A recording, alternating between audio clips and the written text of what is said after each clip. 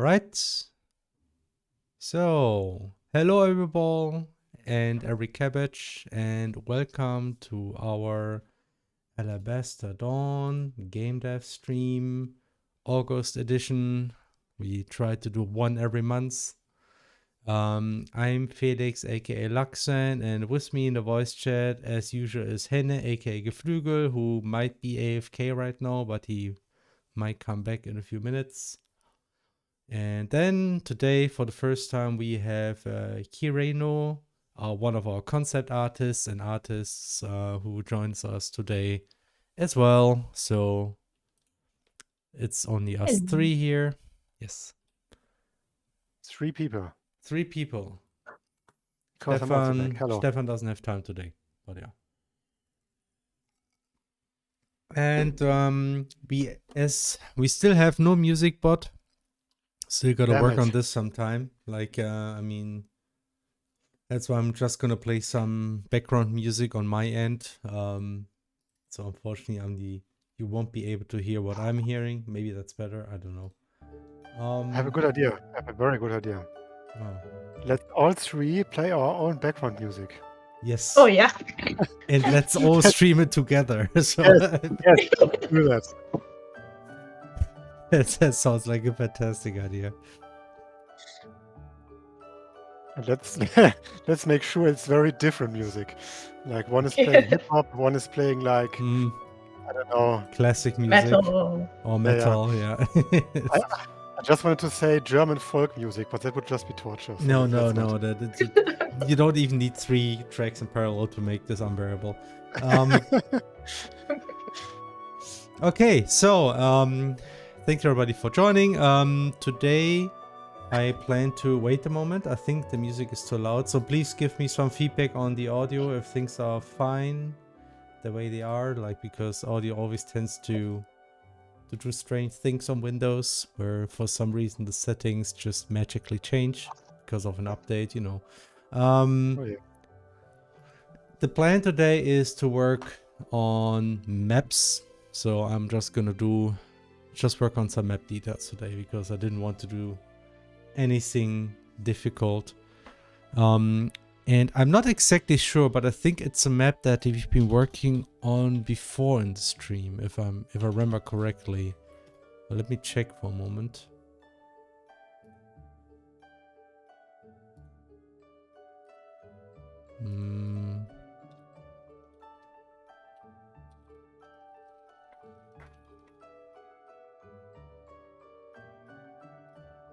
I'm just curious if that's it. Also, we did get a couple of subscriptions, which I should mention first. So first we have one by iRombin591, who subscribed for 94 months in total already. Thank you so much. And then another one by Pablo Itch, who subscribed for 25 months in a streak, but 38 in total. Thank you as well. And saying good evening. Hey, it's my favorite dev. Yes, hello. Thanks for being your favorite dev. That's quite very nice. And then we have a first time chat, and let me see if I missed any other subscriptions. That's about it. So let me check for a moment. How is it going? New enemies, divine arts on the stream. I'm just gonna be depressing to see how long ago we've been working on this map, and then oh my gosh, it's still not finished. I think Good it was. Take time. Yeah, I mean that's how it is. Maybe it wasn't all that worthwhile to focus. Working on puzzle elements.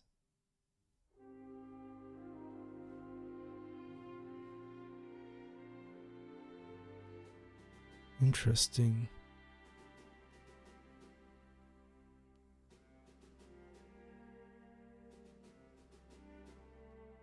Maybe it was one of those many streams that I forgot to upload on YouTube. Anyway, let's get started. So how's it going?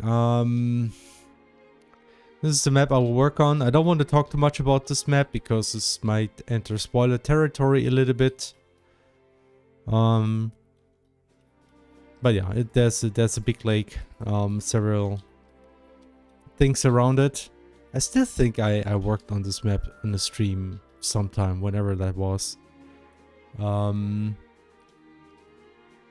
Anyway, so how is everyone doing? It's all right, I think. It's all right. I like that the temperature is not killing us Yes, anymore. we just managed to somehow survive one of the worst summers we had in Germany since I remember. So far. Incoming this Simpson meme, what was it? The worst summer so far, and yeah, I mean, it's not unlikely. It's not unlikely to get worse, unfortunately. But yeah, at least for once, for some time, we should be fine. So things has been very hot here. I think there's supposed to be another heat wave next week. Yeah, But a smaller one. It's gonna get much warmer than I expected initially.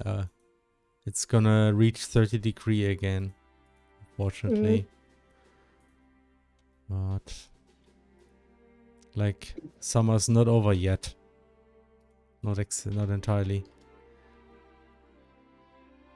And I thought for once we will get a Gamescom which is not gonna be unbearable in terms of heat.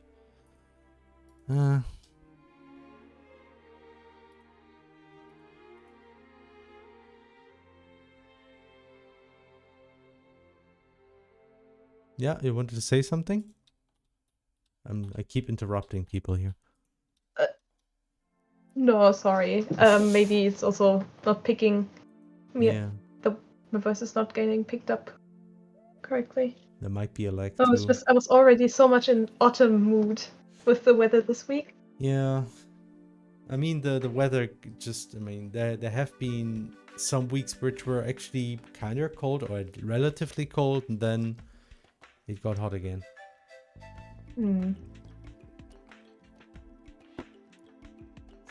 Oh yes, I'm near Germany and the summer was horrible. I hope you haven't been in France, because I think France was even much worse compared to Germany from what I heard.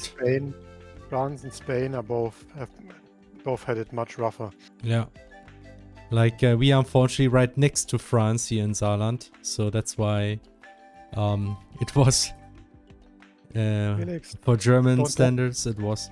I'm doxing. Come on, you can read the address of the company. I know. On our webpage. That's it.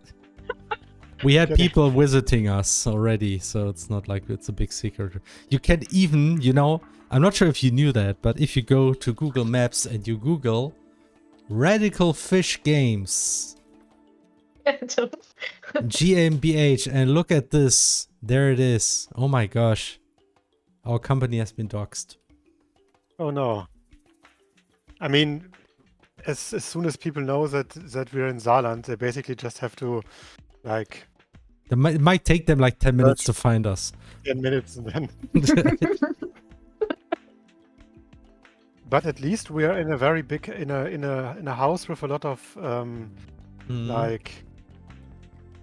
a lot of floors, so they would at least need to, like, walk many stairs or take the elevator. Yeah. Oh, Czech Republic, yeah, 38 degrees also sounds really horrible. I think at some point we moved beyond 40 here in Saarland. That was like the peak of the heat wave here. Honestly, the worst was actually in June. Because June was very early summer, and that means that the days are very long. And if you combine very hot weather with the sun is up until late night, it's like the worst combination. Like you get up, the sun has been already be shining for a few hours, everything is heated up, and then it takes extra long until it gets dark and cool outside. And it's, yeah, like the second heat wave we had, I thought wasn't as bad as the one we had in the beginning.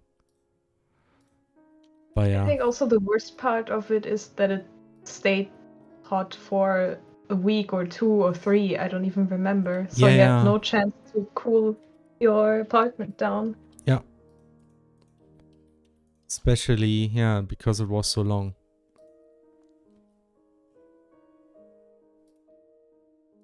Okay.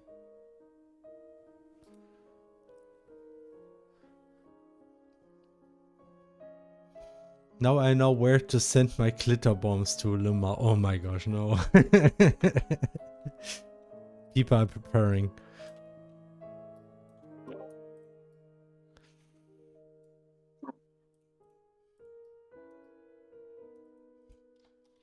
So yeah, and next week is Gamescom. And we will be at Gamescom, in case you Whoop-de-doo, we are. didn't We're hear actually about there. it. We're actually there for many, many days. Yes, much longer than usual. I'm not still wondering if that was a good or bad idea. We will see. I mean, we will experience the first Gamescom weekend in many years, like 10 years or 11 years even. So Yeah, it will be fun. we see how it goes. Oh no, Arvin is And awake. Yeah. have we been at Gamescom every year since then? Or did we No. take I think after take we did this one Gamescom, after, you know, Crosscode released on early access, Mhm. after that we never went to Gamescom as, you know, having a booth. We just went there as visitors. And I think the few years after that, we just skipped True. Gamescom entirely. I think we True, have been true. so sick of it, like in the worst case, this might happen again. Maybe it's so bad that we say, okay, like we will just skip Gamescom for the next 2 years.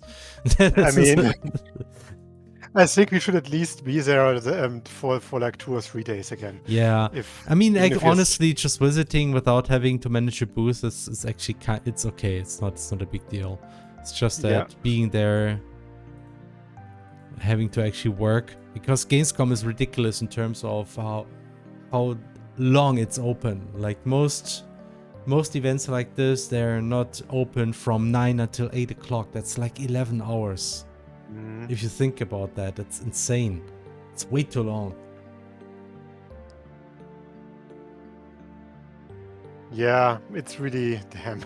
Now that you mention it, that's really long. Yeah, 11-hour days here.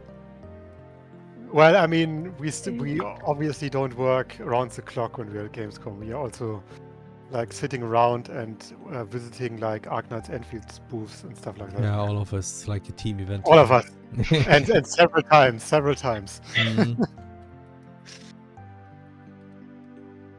But there are, like from what I hear, there's like quite a few interesting booths this time. So let's see. And maybe Felix, maybe you can find some time yourself to visit all of those booths when we are there for 5 days. I will definitely try. You can also visit the booth of like, I don't know, Hoyoverse or Neverless the Everless or whatever the stupid game was called.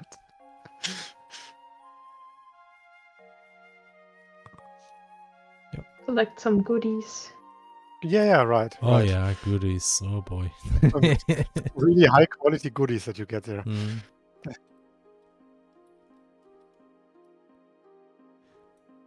Still annoyed that I didn't get my Arknight's Enfield fan, because that would have actually been useful, but they didn't have it because of some problems with import.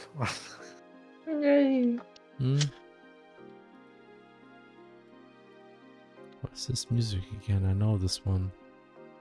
I can't tell you, Felix. I don't have. Threads of Fate. Okay, that's it. Never actually played this, but it has a nice soundtrack. What's Threads of Fate?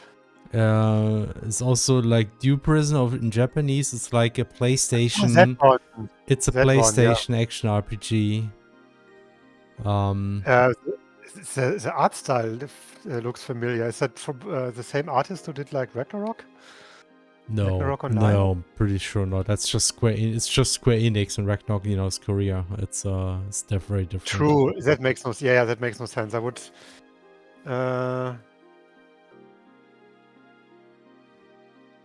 Artists. Yeah, but that's like the very typical anime style of the, or one of the very typical. From when is it? Like 90s? Oh, late 90s. There's actually. a question in the chat. I'm sorry that I'm asking again, but was there some progress on the Linux version, main the graphical issue? No, not so far, unfortunately. Currently, there's just too much pressure on actually making progress with the content right now. I only think there was like a whole bunch of discussions, and people realized that a lot of the graphical issues were related to drivers. I know that the issue was having all of those small black dots all over the place, that this actually went away when certain graphic for some upcoming updates. I'm still not sure if those are live already, but this was one of those issues where like there's nothing we had to do. It was essentially like a bug in the driver on Linux somewhere.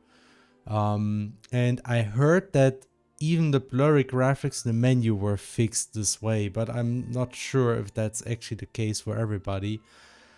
There's hope that these things might maybe fix themselves over time. Otherwise, there's kind of like the issue that I just need to set up a decent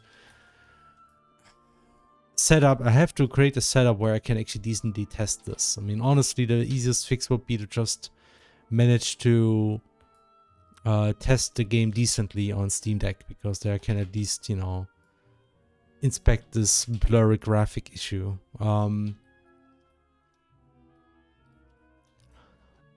I don't know if it's no automatically. I mean, which glitch are you talking about? Is it like the black dots, or is it like the blurry menu graphics? Those seem to be two different things.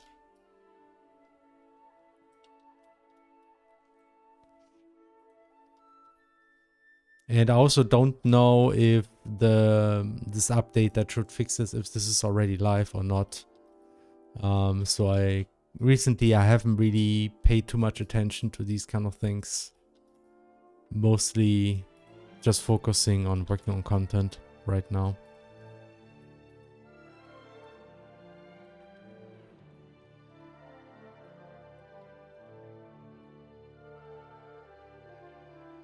Wait, it's fixed. What?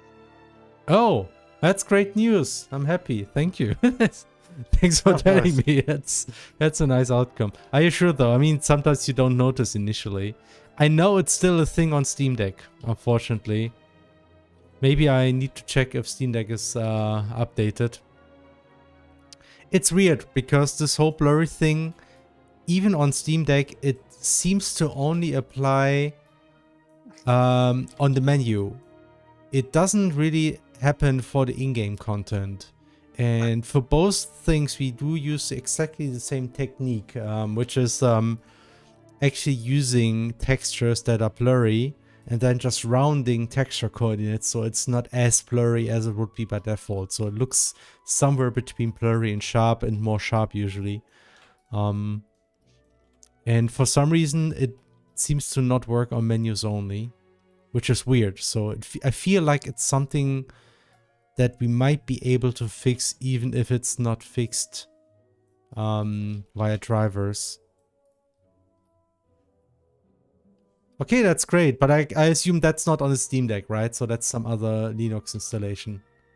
Just curious now.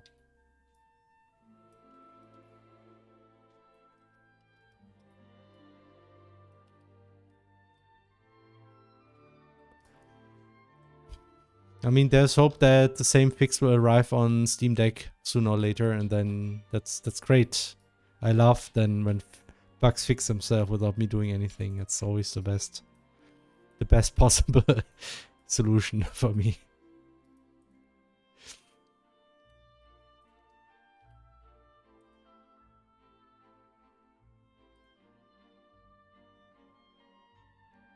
Ah, I see. Okay, yeah. So it's not Steam Deck. Yeah, we still have to see if maybe the same fix will arrive on Steam Deck eventually. That would be nice, at least.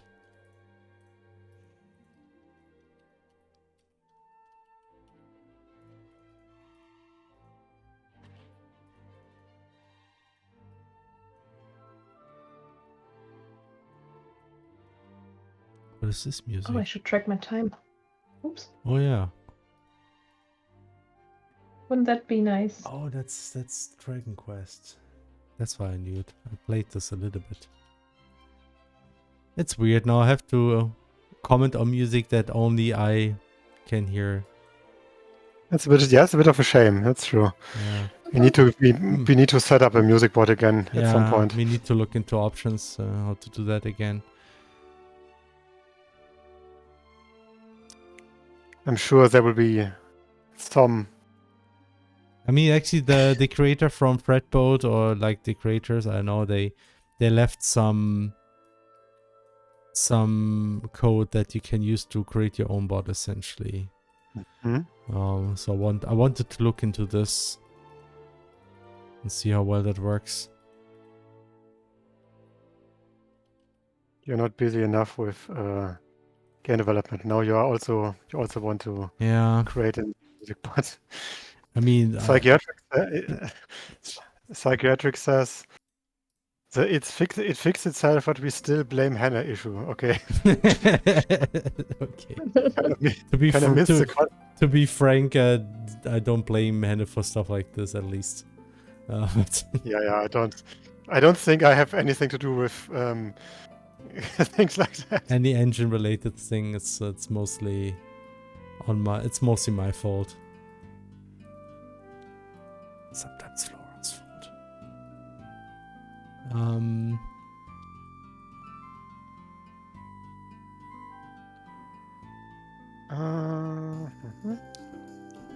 Dev stream.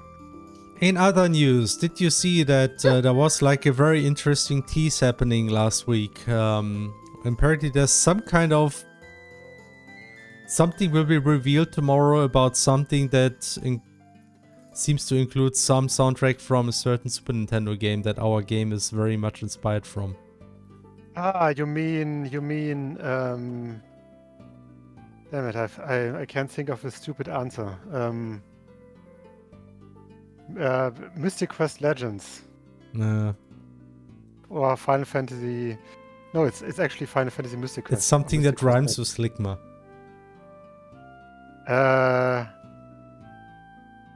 Ligma. How about you Terranigma your balls? Okay. It's not gonna get better, our jokes. Yes, there was like a Terranigma music tease. Which came very out of nowhere, because it was basically some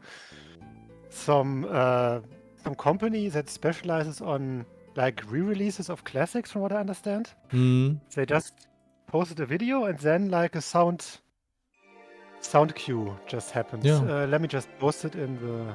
But I mean, it's a classic, and maybe that's just what they do. They're just gonna re-release a classic. Yeah. Obviously, people are hoping for a remake or something big, or at least a remaster with some improvements. And like, for example, the funny thing about them is that not only will they announce this, but they will also be at Gamescom this next week, and they will be essentially right next to us. So right. They're gonna let them know who's gonna be the true Terranigma game of the future. No, I mean it's a funny coincidence. Maybe they can set us up for developing Terranigma 2, the Terranigma ring or something. I don't know. The Terranigma in space. Terranigma ring in space.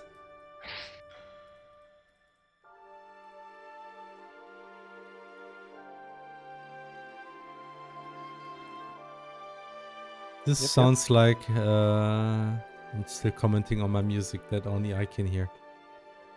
What is this music? This is Musashi Samurai Legend. Ah, that one. Hmm. That's Also somewhat obscure. yep. But has some cool music. That's true. Just like I don't know. There are like this one late Super Nintendo RPG that had like those really really good enemy sprites. Eh? And this magic word code system for spells. Oh, this one, yeah. Treasure of the Rudra or Yeah, something. Rudra's Treasure or something like this. Mhm. Yeah, that was like the same composer who did the Final Fantasy Mystic Quest Legend thing soundtrack. Yeah, which was also pretty good. Yeah, like that was a pretty good soundtrack. Yeah, it's like you can say a lot of things about the game, or rather not a lot because there was not much to it. But the soundtrack was legit pretty good. Yeah, I had a nice soundtrack, definitely.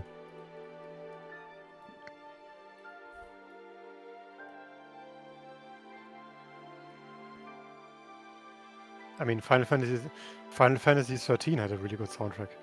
Yeah, which is by the way the same composer who from this samurai game that I mentioned. This really? Musashi Summer Legend, the same composer, Masashi Hamauzu, or whatever. That's a pretty nice coincidence, actually.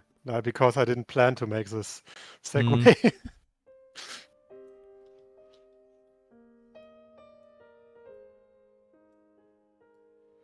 Speaking of RPGs, have you heard of this RPG called Alabaster Dawn? What? Alabaster Dön? No. What was it? Alabaster Dawn. Alabaster Vampires Dawn, actually. What is it? Of War. What was this game? Wait, let me just... I hear it's pretty good. I hear it's like... I heard it's unfinished. I hear it's unfinished. It's like I can't believe the devs thought they could just release something in this state. Unfinished, yeah, and they just did it. They didn't like follow specific like unfinished game procedure or anything. Releasing it in something called, I don't know, pretty morning sale or something. What? I don't know. I just tried to find a different word for early access.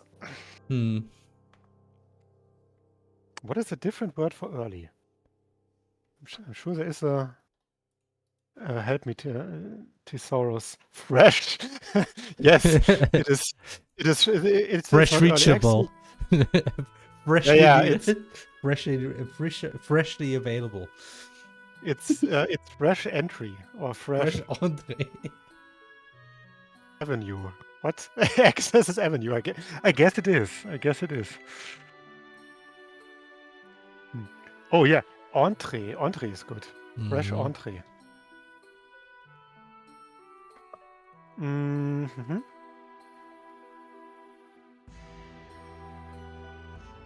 Yes. And I hear you're working on. I actually didn't do a Discord message. Now that I think about it. That's why nobody's watching, and now I understand. Yeah. That's why we have 6-7 viewers, Felix. 6-7. No, I have 6-6. Oh my gosh. Well, it says 6-7 for me because it wants to make me happy. Yeah, I guess. Hannah Gen Alpha. So no one leave and no one join, just for Hannah. Yeah. You know what? I'm still gonna make a message real quick. Just no, people left. They're gonna enter and be like, Hannah, how dare you be late about this? Now I missed like the first half an hour because of you. Yeah. I think they left because they heard 6-7, so I kind of blamed myself. Oh, it's this kind of stream, okay. It's already started. Over. Luxen. On some map. Oh. Okay. Map. I open immediately here 6-7. What do you do? What did you do, Hannah? Huh? I hop in and immediately hear 6-7. This had to happen. Yeah. You have to understand. We are of that generation, totally. At least in our hearts, we are trying to stay young, so we can game dev Yes.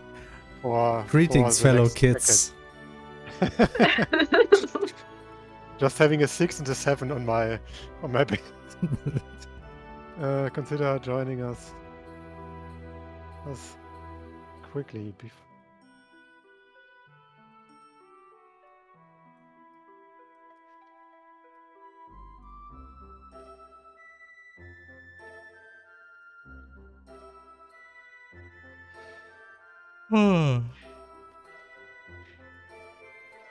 Okay, I made the stream announcement.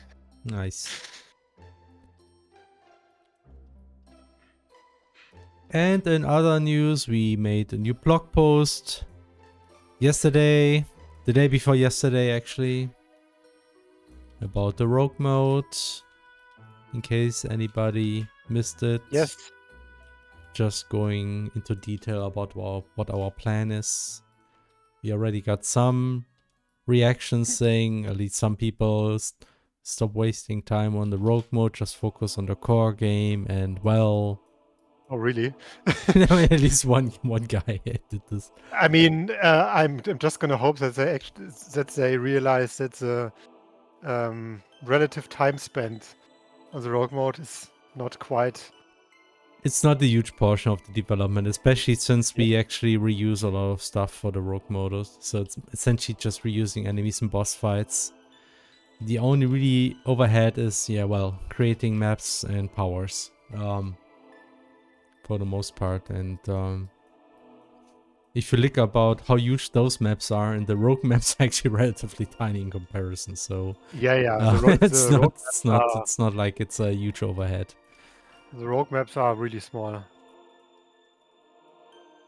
Speaking of small, hey Yui. Hi Yui. Yui did the great new drawings, the one that we used to announce the stream. Yui is a pretty great drawer. A drawer. A drawer. You can put like, I don't know, socks into her, I guess. Which sounds mean. Curious if you're gonna release crosscode in this game engine at some point for modders. Dual modding has a lot of fun options, I think. I mean, crosscode has already been basically, in effect, open source. And been used by modders for a long time. Not really open source. We just didn't obfuscate the code that comes with crosscode. And you know, Alabaster isn't even obfuscated in the first place, so it's actually kind of easy to just read our code base. There was always like the idea of releasing the engine of crosscode, like the tools that we have, so people can do more stuff with it. And there's still like this idea of doing this. It's just that it's actually work to do this decently, and mostly we just have been too distracted working on other stuff, which is why this still didn't happen. Also, we don't want to torture people by subjecting them to our old editors. Yeah, well, it's probably still... I mean, they're not that bad. You can still work with them, definitely. Definitely, yeah. It's just like, once you've worked with Alabaster Dawn editors, it's like... a big change. Yeah. We spent a long time on our editors, maybe too long.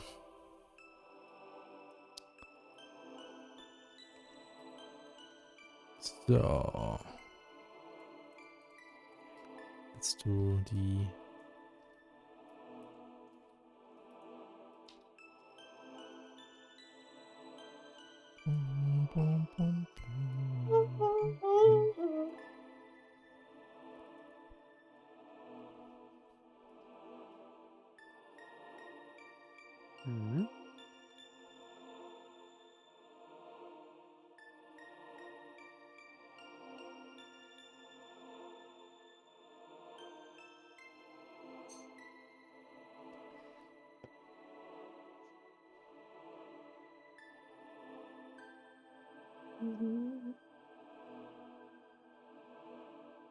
So. Oh man, here Game said he didn't expect the rogue mode to have me this hooked. It's very much appreciated, especially between updates. That's I'm very happy to hear this, honestly. I mean, that was a plan. It's good that it works. Obviously. I still think that's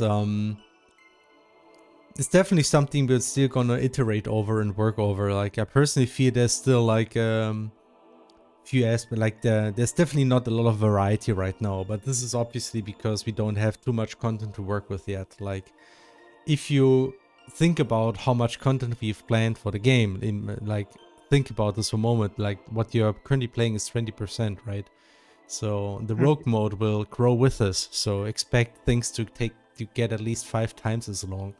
And then you kind of start to realize how long this rogue mode is gonna be in the end. So it's actually something we need to plan around a little bit with. So if we really expect people to play through all the layers, you know, all the different sections in the game that you will have, or if we will allow players to jump through some of these sections, things like this.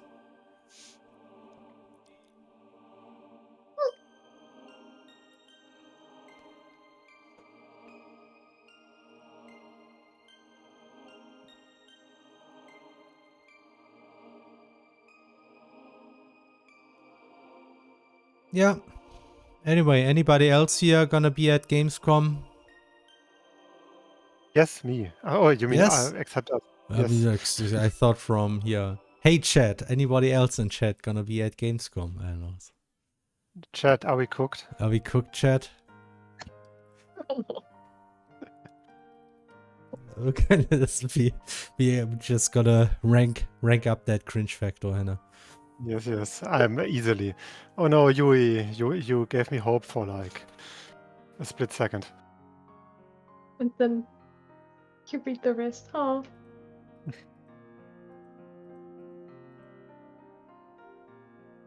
Huey. Maybe one day you will be at Gamescom and then you will regret it. You will regret it. Relic fish is coated with the sauce, with the fish sauce.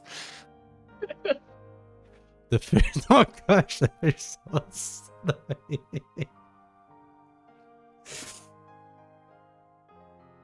CEO is going, but not me this time. Huh?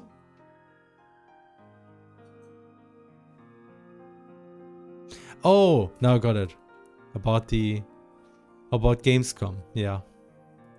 Always those CEOs, always going to the Gamescom. Okay, so where are those things? Dang it. It must be Nyx Common. Nature props, obviously.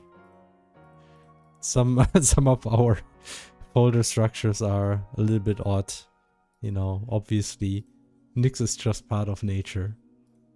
It's just a different kind of nature. Oh yeah. Oh my gosh, we have so many props.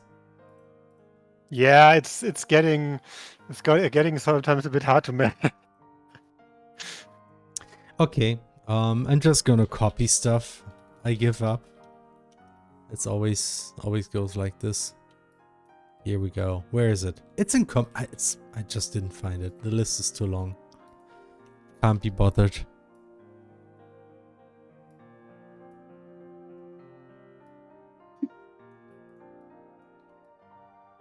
That's a very nice song I'm currently listening, which is from Breath of Fire Dragon Quarter, which is a very cool game. Underappreciated because it's weird. Yeah, But it has a bit more. It has a very nice soundtrack, though. One of the best. Yeah. I was a bit more of a fan of Dragon Half, but Dragon Quarter kind of lost me. It's just too much of a fraction. Yes.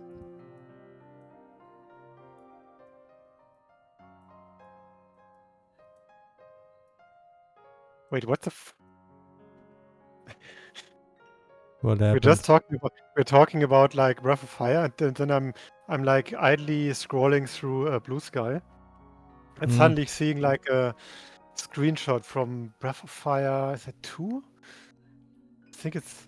And there's like an enemy that's basically a volcano with like a very small butt. That's Breath of Fire 3. Okay, it's I know 3. I know the enemy. Yeah, there were like the volcanoes with butt cracks. Yeah. Yeah, I posted in Discord. It's like a very, very inspired enemy graphic. Yeah. I wonder if they're getting along well with the penis monster from Persona. Oh gosh, dang it. Yeah, that was the thing. Yeah, those were definitely a thing. I mean...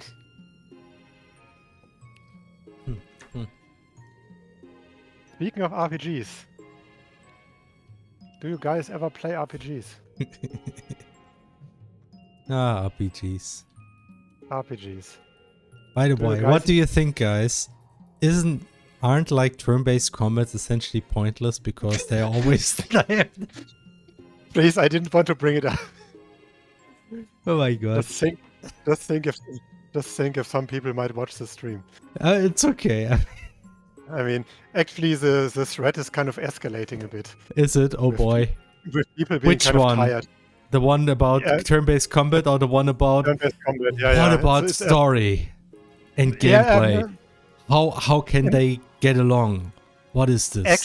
Actually, I was wrong. It's the one about structure in role-playing game. That's a bit escalating with people being a bit tired of the opening person.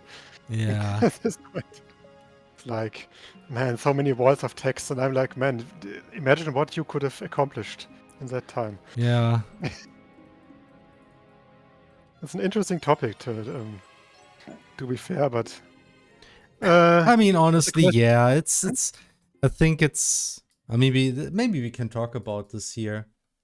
But let me first answer this question because we got one real quick. Oh yeah. Assuming you want to share and doesn't spoil story, blah blah. How long was it between the Nyx's arrival and Yuno's awakening? I would like to imagine it was more of a span of years or even decades, but it sometimes seems to be more like a scope of days or weeks.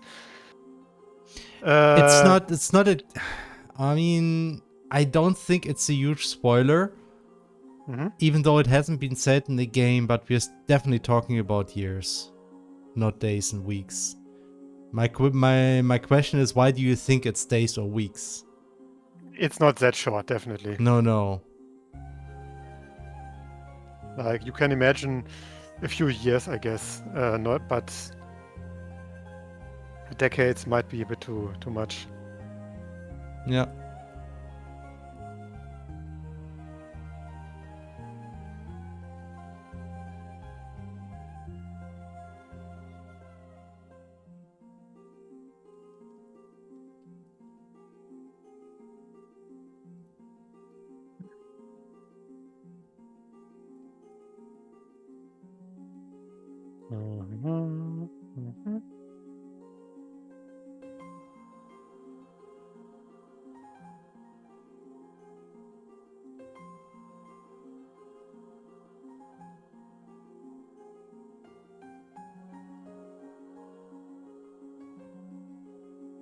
Does this game engine use a custom renderer? Yes. It's a custom renderer based on web technologies, essentially.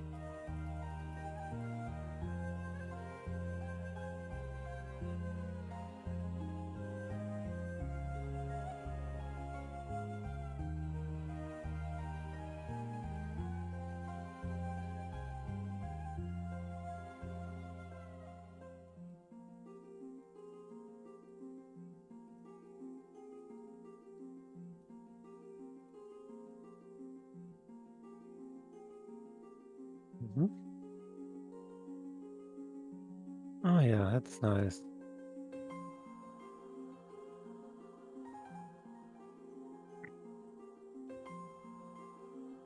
But yeah, it's certainly like an interesting, rather interesting to talk about, like those very base level RPG like tropes and concepts and stuff. But at some point, I feel like certain threads kind of spin in circles and things like that. Are you guys using WebGL or the new WAN GPU? Looks amazing. It's WebGL to my knowledge, right? Yeah, it's WebGL. WebGPU was not a thing when we started doing this, so it was still not available. It became available later during development, and then we didn't want to port everything. So it's definitely something we might consider using in the future, if we ever decide to, you know, make another game based on this technology, which is actually the plan. Like, I would like to do multiple games on this engine because we spent so much time working on it. It would be a shame to just do one game this time around. Crosscode was a little bit of a different story because it was a little bit too experimental, too much hacky stuff, and that's why from the beginning I felt like, man, I would like to do this again, but in better. I kind of hope like we won't do this again after Alabaster Dawn, because it's actually a very solid engine at this point. Like, we spent so much time on it. It runs pretty stable and everything, so the tools are very sophisticated and everything, so yeah, definitely something you would like to create multiple games with.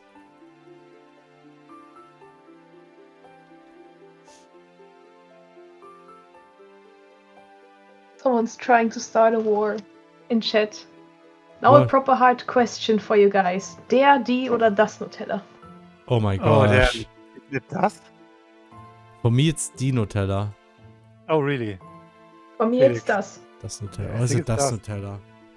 But is it der, die, das Bronze? That's also interesting. I mean, obviously it's just wrong.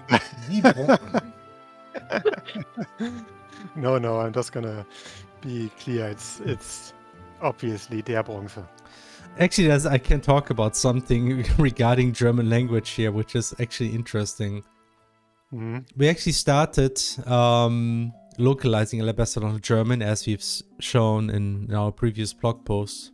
Not the one from, but you know, the one before. Yeah. And they actually translated the gods to, you know, what you would normally say, just die Götter, but Gottheiten. They said Gottheiten. And it felt weird to me, like, why do they call it Gottheiten? It's such a mouthful. And I actually asked them about that, and I thought, well, why don't we just say Götter? Like, it's the thing you would say if you talk about multiple gods, right? And then they said, you know, there's like male and female gods, and they didn't want to say stuff like Götter and Göttinnen. And this is when I realized, okay, this is like the thing about German trying to be very gender inclusive, to the point where even if you talk about gods now, it has to be Götter and Göttinnen. And just saying Götter it's not acceptable. And I thought, oh, come on, please. God, I'm just trying to think if I've ever heard the word Göttin in plural. Göttinnen, Götter und Göttinnen, and it's like, and then I checked a little bit, and nobody says Götter and Göttinnen of the Olympus. There's Olympus, right? Like, if you play Hades, of course they just say Götter, because, you know, it's, I mean, to some extent you can argue that this is like a good thing that you do this, but it's kind of a mouthful, and I'm still feeling like maybe it's okay if you just stick to the old style, especially when it comes to something which is close to a medieval fantasy setting, where everything's kind of has kind of like the license to seem outdated and old. So I feel in that context, the including like everyone is kind of implicit, I think, even if you don't explicitly mention it. Yeah. Nutella, the true fluid, gender fluid. Oh, damn it! Oh my gosh. Unless it's too frozen. Anyway, that was interesting that because of that, they decided to go with Gottheiten, because Gottheiten avoids this issue. Like, it's like inherently gender neutral. It just sounds like a mouthful. It sounds like to me. It sounded like it was supposed to sound special, because that's not what you usually say. At least what you used to say. Like, it's just say Götter instead. It's Gottheiten. I thought it's kind of weird, and I told him, let's just stick with Götter. It's okay. I don't think we will have a hard time with this. I wonder is there a difference between Götzen and Gottheiten? What's Götzen? Götzen is usually Götzen usually has like a negative connotation these days, right? Like normally, I think Götzen, so, yeah. If you say Götzen, it's just the visual representation. Maybe, yeah. If I think Götzen, I usually think of like stone masonry depiction of like gods or something. I think that's possible. Yeah. And it's also a city in Schotten in the middle Hessian bird mountain circle. What? It's Schotten im mittelhessischen Vogelbergkreis. I'm not sure if you actually translate it like that. It's called Götzen. Anyway.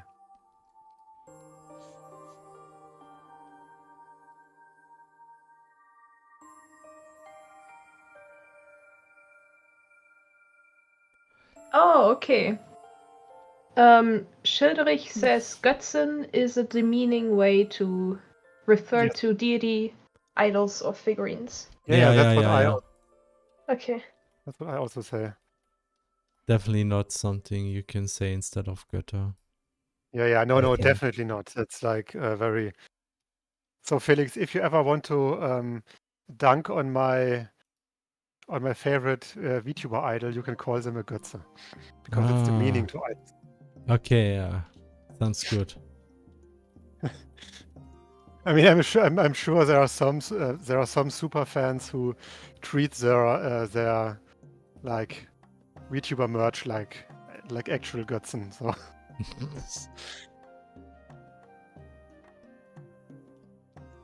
Hello, Schildrich. Or Schilderich. Schilderich. Schilderich. Schilder ich? Question mark. Schilder ich das, richtig? Nee, das musst du mir anders schildern. Ah.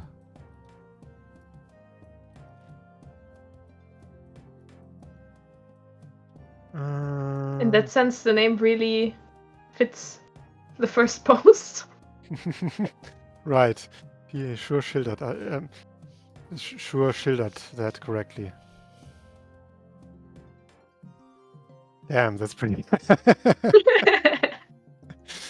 Yeah, I get that a lot. Sometimes. It's 50-50 between, wow, that's pretty good, and please go die.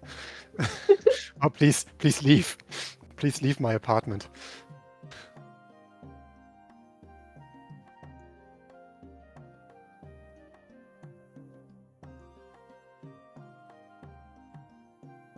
Mm-hmm.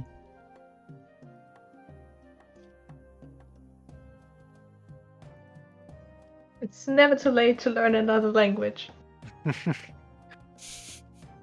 But please think twice if it has to be German.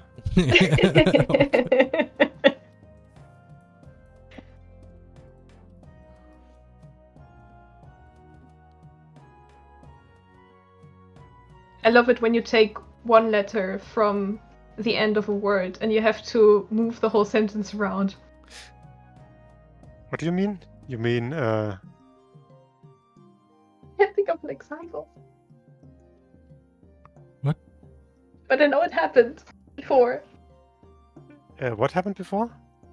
You change one word and everything needs to be moved around. No, you change one letter at the end of a word, and then you have to move the whole sentence around for it to still make sense.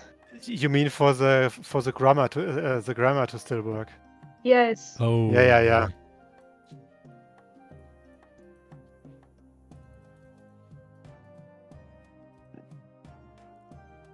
Actually, I don't even remember the proper rules of German grammar. I mean, the thing is, at some point you just intuitively know how it works, but explaining it is still super difficult. Yeah, that's always the thing with grammar and native speakers. Like, I think very often native speakers are not very good at actually teaching grammar. Like, I know I definitely don't know German grammar at all. Like, There's something called a dative and something called a genitive, and yeah, and like, it's like the two things I always mix up. yeah. I already learned Czech, and I'm happy with that I am able to communicate in my native language. Yeah, that's already nice. I'm losing my German nowadays, consuming and producing more English most of the day. And even German is just English with a lot of gaming and or professional vocabulary. Staying English. Yeah, that's true. I mean, that happens to all of us, I think, that we are like constantly mixing in like Anglicisms into our German speak. Especially when there are some words in English that you immediately understand as what they're supposed to mean, but you don't have a really good equivalent in German. Like, one of the best examples is the word awkward. If you say awkward, you immediately understand the mood, or rather the meaning of the word. Yeah, but how do you say this? What can you say? Like, I mean, something like peinlich is too much. It's too much. Yeah. That's the thing. You would say something like, oder komisch. It's peinlich berührt or something. Yeah. This is also. I mean, peinlich. It just sounds too strong. Yeah, it's way too strong. Because if you say or like unangenehm, but if you say unangenehm, I mean the thing is unangenehm. It immediately communicates that you are really uncomfortable with something. Yeah. And awkward is like kind of uncomfortable, but in a cute, maybe cutesy way, but in a weak way that doesn't necessarily mean that you want it to stop immediately. Yeah. Awkward is more like cutesy. We are having like a bit of a mismatch in our communication right now. Haha, kind of awkward. But you wouldn't say, "Oh man, that's uncomfortable." I mean, if you told someone in like a conversation, "Oh man, that's uncomfortable," then the other one would be like, "Oh shit, what did I do?" But Holla the Wood Fairy. Yes, exactly. Holla the Wood Fairy. Okay.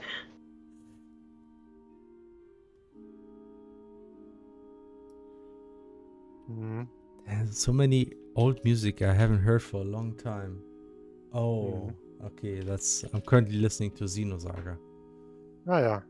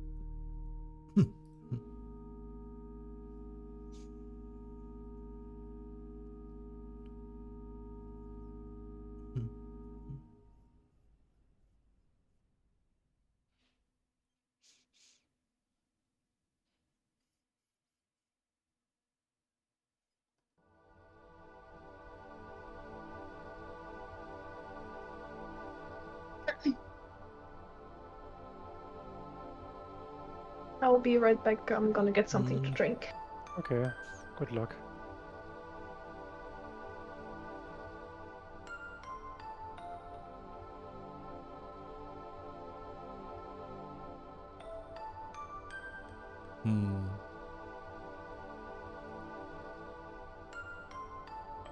The goats are divorcing themselves over it. No, I got it. Okay. Where is it? Oh, you mean took some time. Yeah. Right, I said that at some point. The ghosts are divorcing themselves. Oh man, that was a good one. Classic Hannah.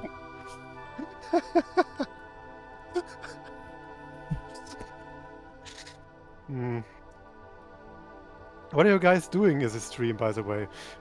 Felix is mapping a bit of stuff, and we are like doing some like relaxed talking, considering we will be at Gamescom next week. Which we, by the way, we didn't talk all that much about it. Maybe we should explain a bit more what our booth will be about and where to find it and what.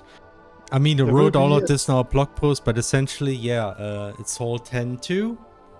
10.2. It's right next to the indie space where there's the indie arena booth is probably nearby. Not sure if it's right next to us, right, like the last few years, but it will be very close. And there will be another booth in collaboration with other indies from Saarland and also Rheinland-Pfalz or Rhine. How do you say this in English? I always forget. It's something like Rheinland-Pfalz or something. Rheinland-Pfalz English. Oh, right. It's Rhineland-Palatine. It's Rhineland. Don't say Rhine-Palestine. No, it's not Rhine-Palestine. It's not. No, it's Rhineland-Palatinate. Palatinate. Which is way more awkward to say than Palestine, actually. Yeah. So, I don't know. Jesus Christ. Who thought of that? I know, man. Rhineland-Palatinate. I always read freaking Palestine when I read this. Yeah, of course. Your mind will always think. Brain always rounds it off. Yeah.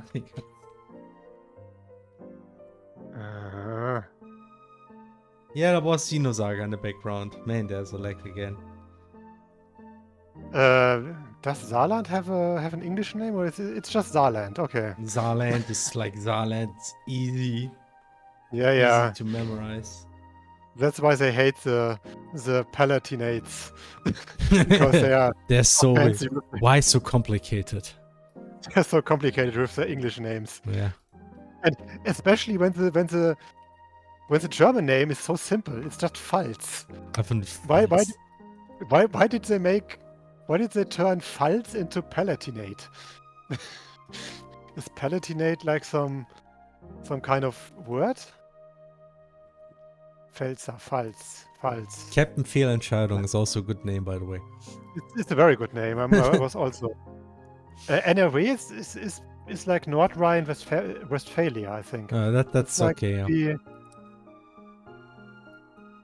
North Rhine-Westphalia. Yep.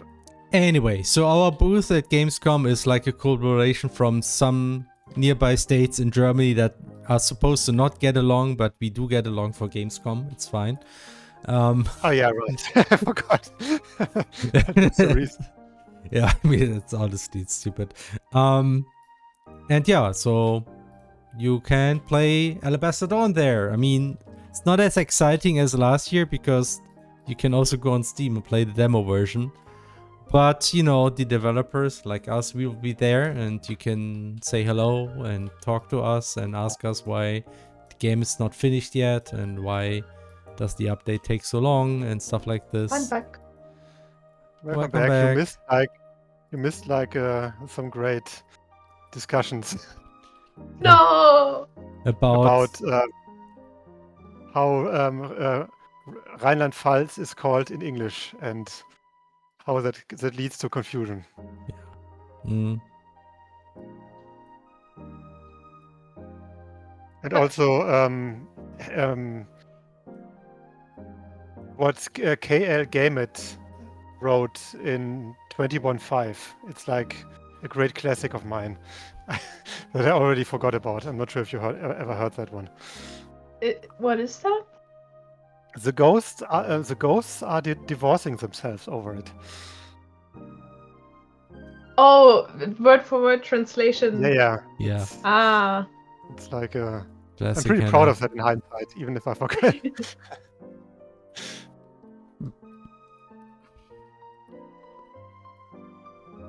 Oh, I actually wanted to put other trees here. I forgot.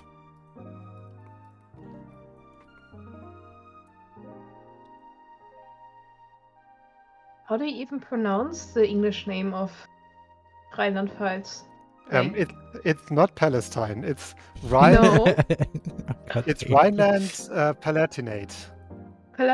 Okay. Palatinate. Yeah. Palatinate. You could also like mistake it for like platinum or something, or platinum. It's like Palatinate games. Yes. I would do this. I don't know. Just make like a new game company in Rhineland Palatinate and call it like Palatinate Games. That's a great one. And then make Holy like action combat games. I mean, we would never do that, Felix. We are not qualified. If for whatever reason Radical Fish games fail, that would be my second plan. Palatinate games. Yeah. It's not just like fast games, and they must have some stylish fan service and stuff like that.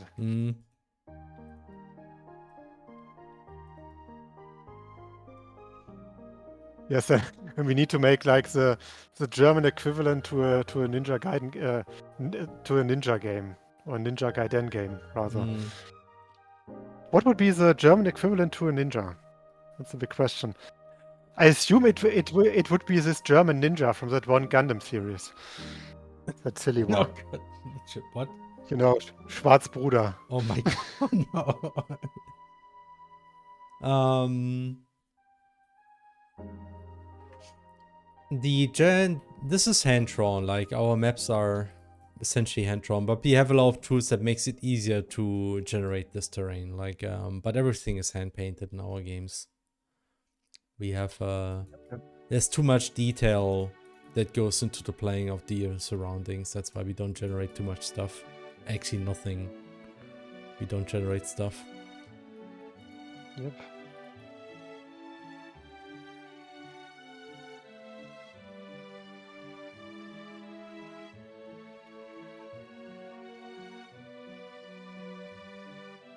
Oh yeah, I remember when we had the showcase at III, and a lot of people assumed Alabaster Dawn was like 3D, but with a pixel filter over it, or something, or shader. Okay. Oh yeah, that's what people often assume, yeah.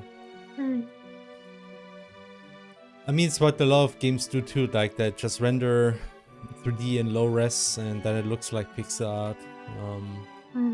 It's a bit different though here.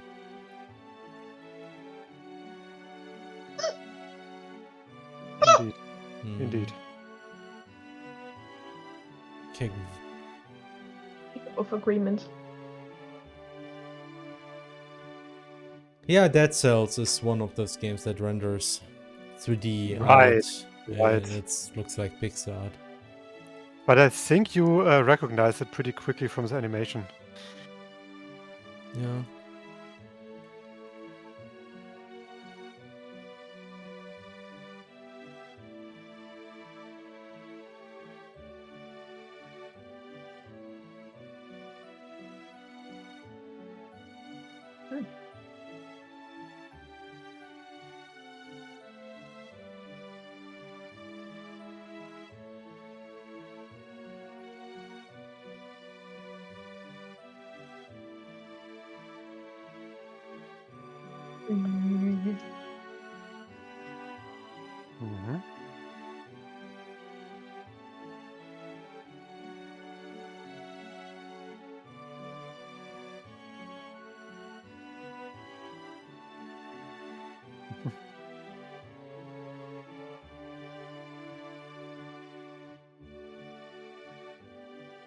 I'm now replaying Crosscut on the intended difficulty. I played it on quotation marks easy, and I'm discovering so much stuff. I'm kind of sad that I played it on easy before. You mean with the what did we call it? Accessibility, difficulty, damage thingy turned down, I assume. I mean, Crosscut doesn't have difficulty settings. It only has the accessibility options. You can always change those at any time, honestly. Yep.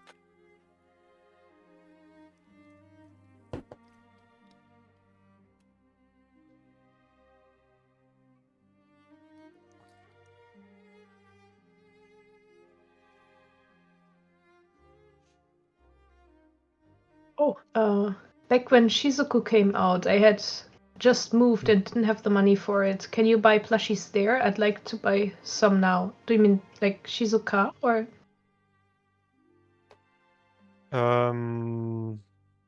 Wait. What was It's a little bit further up. Oh. You mean Or is it? buying plushies? I mean, we don't plan to sell them. I mean, we might bring some plushies to Gamescom as like special gifts or something, but I'm not sure what the actual plan is right now. I mean, we certainly still have quite a few layers lying around that we might want We do also have like the other plushies now. They actually arrived, so we could bring some plushies. But yeah, I mean, selling is always a little bit tricky for us. Yeah, we can't really just sell them under the table because, you know, might be a bit illegal and stuff like that. We will see how we will do it.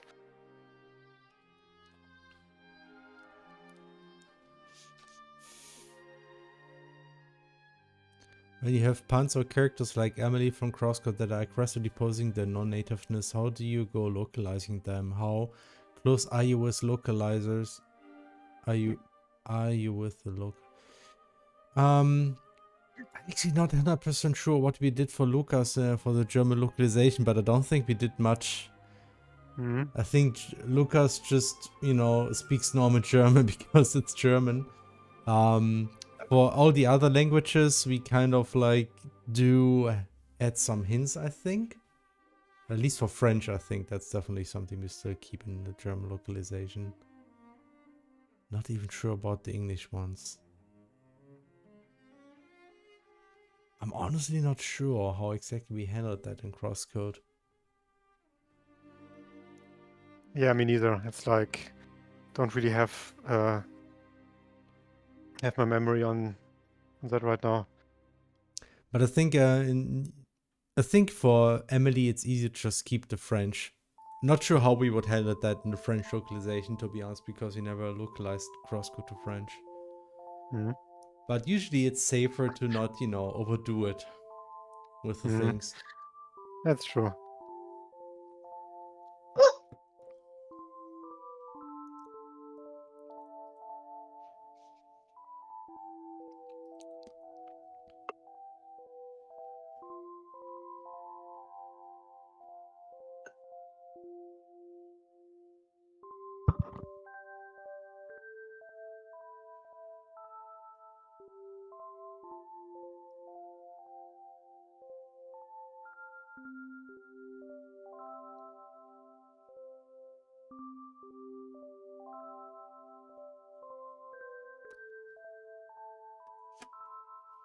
Der, die, das Nutella.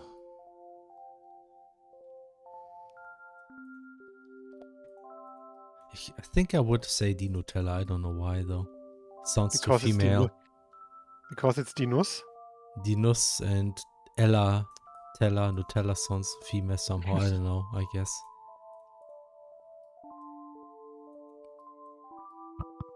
I mean, most Aufstriche are female. Die Marmelade, die Leberwurst, die Nougat die Butter. Yeah, that's true. Der Quark, der Honig. Der Honig is different. That's true, yeah. But Honig is weird. Honey is weird. Or I think it's das Eiweiß. Or literally der Aufstrich. Der Brotaufstrich. Der Brotaufstrich. Ah. Der Nutella. Sounds so wrong. Give me der Somehow we're back to Daddy. Sorry.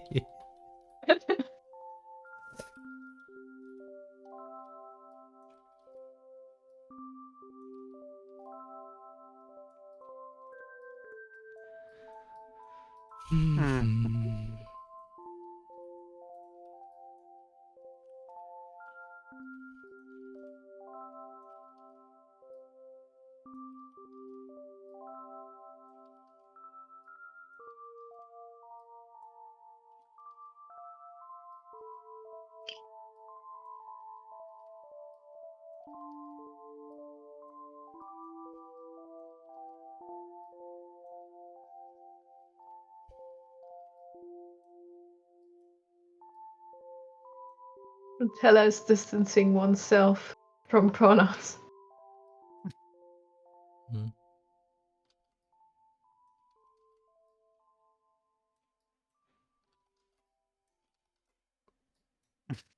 I always say D, or so it sounds more fatal and mortal in English. Die, Nutella. Yeah. Die, Nutella. It's always so great when they like localize many of those very common titles, like the something something, like The Sopranos, and in German it's Die Sopranos.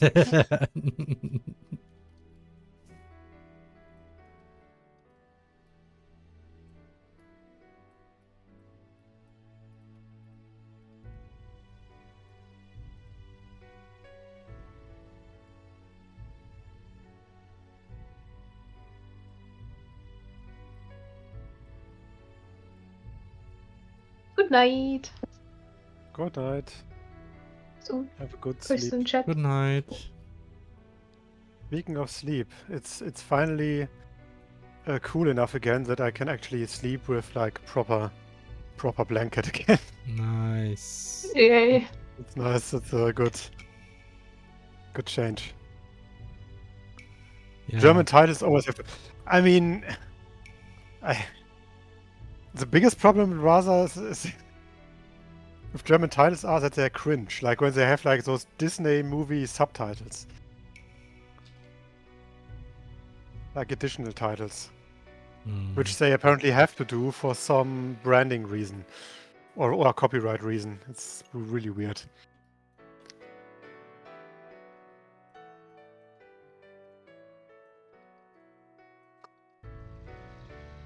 I mean, to be fair, Alien, it already implies that there is a being from a different world. But what if people don't know what alien means? Yeah, I guess. They have to get the definition in the title. Right, it's kind of like a Duden thing. Yeah, it's like it might actually be that they, because it's like more of an English word. It's like back in the with the first produced Star Wars movie, where it's like Star Wars, Krieg der Sterne. Okay, thanks. Okay.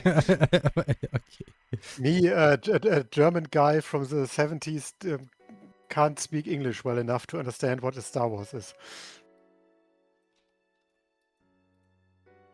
Just imagine. Star The English- Wars? Star Wars? What did the stars do? Why is it Star Wars? Krieg der Sterne. Ah. Doesn't it also say that on the cinema like poster? Yeah, it does. Yeah.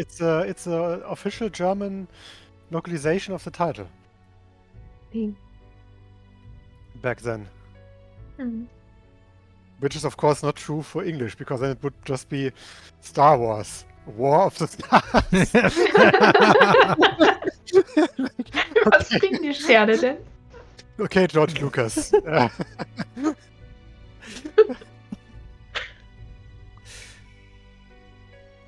Oh, God damn it.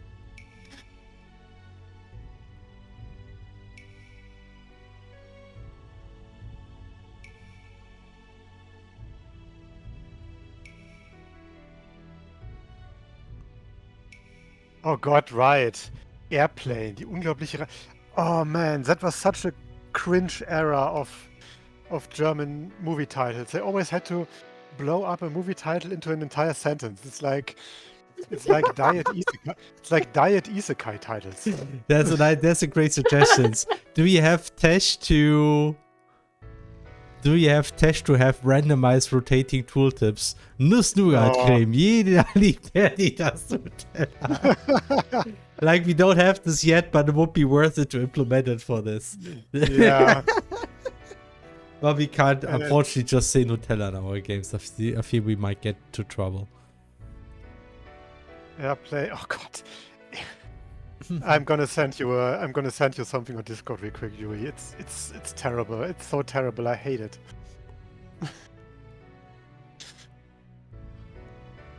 Yeah, basically German movie titles from that era. They were basically diet isekai titles before isekai titles were that much of a thing. Like they always had to make like an entire sentence out of like a pretty snappy English title. I guess if it were like an isekai, it would be like ich hatte eine unglaubliche Reise in einem verrückten Flugzeug und dort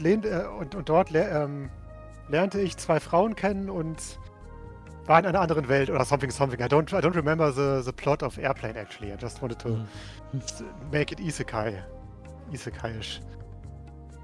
Wait, no, if it was an isekai, it would also include the word the strongest and the weakest or something like that.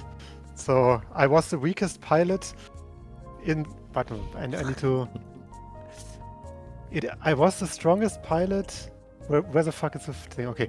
I was the strongest pilot in the... No. Okay, again. I need to make it in German. Ich war der schwächste Pilot auf dieser unglaublichen Reise in einem verrückten Flugzeug, aber in Wahrheit habe ich den verrücktesten Skill oder sowas. So, that would be an isekai title, see? Oh my gosh. Or like a light novel title. Right. Airplane. Wie ich mich plötzlich in einem Flugzeug wiederfand, ohne eine Ahnung, was darauf passiert war. Jetzt gut. Oh Gott. Und ein komischer weißhaariger Mann hat uns viel Glück gewünscht.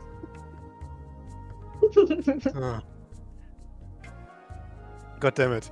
That would be a fun little game, like turning like movie titles into isekai titles and doing that in German. What are those black and white squares that you're painting in? It's like helping squares because Felix is not very smart. He needs those. No, actually, it's something different. It's I think you mean the. I think I'm currently editing one of our planes, and this is just a way to quickly edit the mask. So white means there's a mask value, and black means it's transparent, so there's no mask value. And yeah, so essentially I'm just painting fog here. You know what else is very what they're doing these days for like novel and movie translations? They just make it fucking boring. Okay. They just give it like a very boring title. Like there was like this movie based on a novel that was pretty big recently called Project Hail Mary. It's like a sci-fi thing with Ryan Gosling. And in German, it's just called Der Astronaut. Really? Yeah. Der Astronaut. Okay, it's called Der Astronaut. That's not gonna lead to confusion. Isn't there already a movie with a title in English? Yeah, no, but they still made like they still put like the original title as a subtitle behind it at least. But oh my god! If you just look for that movie, you will usually find like just Der Astronaut, like on Amazon or something. And I think they are doing it because the same author also did The Martian. Oh. Which was called Der Martian. Oh god damn it! They made a fucking god. What did they? Why? Give me a second. Did they also do it in? No, it's. Wait a second. It's just The Martian in English, and in German it is Der Marsianer rettet Mark Watney, because they needed a subtitle again. But not for Der Astronaut. It's just okay. Yeah. But no, Der Astronaut just had like the English title as a. That's the subtitle. Okay. And I think they just used that name, Der Astronaut, already for the novel because it's the same author. I see. Like for brand recognition or stuff like that. Yikes. Anyway, that's like German. It's okay. If it isn't my favorite JRPG devs that give me all the JRPG music composer connections.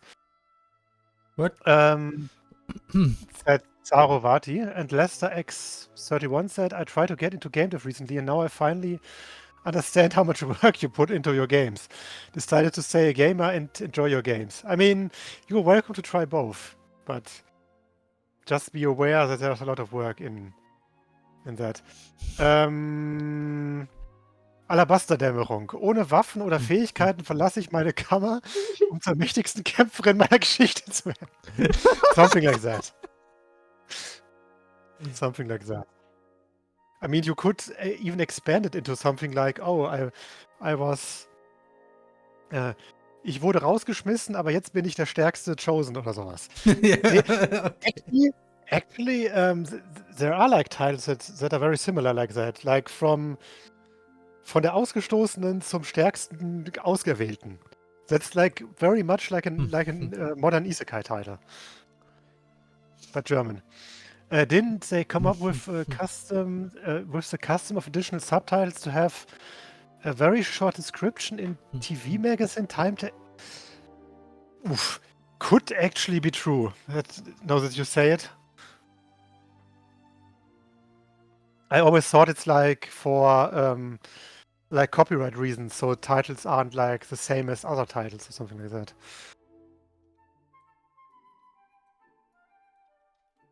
Oh no, TV magazine makes sense. Mm-hmm. That sounds like a very German reason for it. Like some annoying like magazine publishing dude was like, "Hey, please make it this and this, so we can like do this." And I think many people would like be extremely confused and laugh their ass off when you explain to them our German telecommunication delivery history, like how Telecom worked and how you got your telephone. What you say, Anschluss? What's the word for Anschluss? Connection? Connection. Yes. How you got your telephone connection way back and with how many rules it was connected. Or how many rules came with it. Like how you weren't allowed to have a telephone that had too long of a wire, basically. Or a cable, rather. The telephone always had to be at a certain spot in the house, like many decades ago, and the cable was not allowed to be longer than a certain length, because it was like a rule that the telecommunication provider had back then. Okay, I don't Stuff like that. Don't even know about this myself. Yeah, it's like before our time actually. It's like in the 70s from what I remember. Oh, right, Schilderich. I also remember that. I'm still upset that they renamed Captain America Winter Soldier into Captain America, into Return of the First Avenger. Because supposedly focus groups dislike the words America and Soldier. It's so stupid. It was so confusing back in the day because I wanted to watch, like, it was back in the day when I watched like the Marvel movies with my brother, like on Disney Plus or something, or on streaming. And then we were like super confused. What was which the right movie was, basically. Because wasn't the first movie in English like the first Avenger or something? And then the second one wasn't Winter Soldier, but like Return of the First Avenger. I'm like, what? When was he gone? Yeah, right. He was always there. What are you talking about? I mean, if watched the movies. When did he leave? If anything, Return of the First Avenger is more like the first movie in a way. If you are spoilers, it's the end of the movie. In a way. It's weird.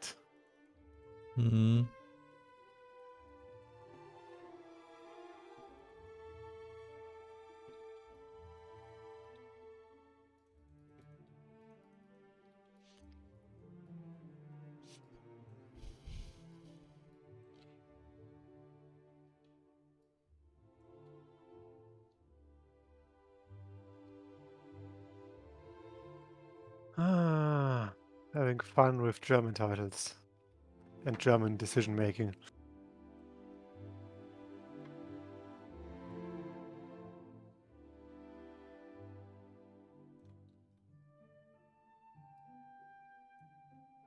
when you created Crosscode, was there a point during development where something big happened to the general gaming scene and you decided to adopt that ASAP? No, Don't think so, I because don't like remember I mean anything. we are like a pretty retro inspired studio anyway. And then of course we are trying to develop our games with like modern sensibilities, but I don't remember if there was anything that made us change our minds and stuff. Maybe maybe adding the accessibility options later, but Maybe that a little bit, because it was something that was inspired by some other games like Celeste, as far as I remember. Right. And we did this shortly after the full release, which was a little bit controversial. Because I mean, these things always are controversial somehow. You see, people are basically forced to use it. Yeah.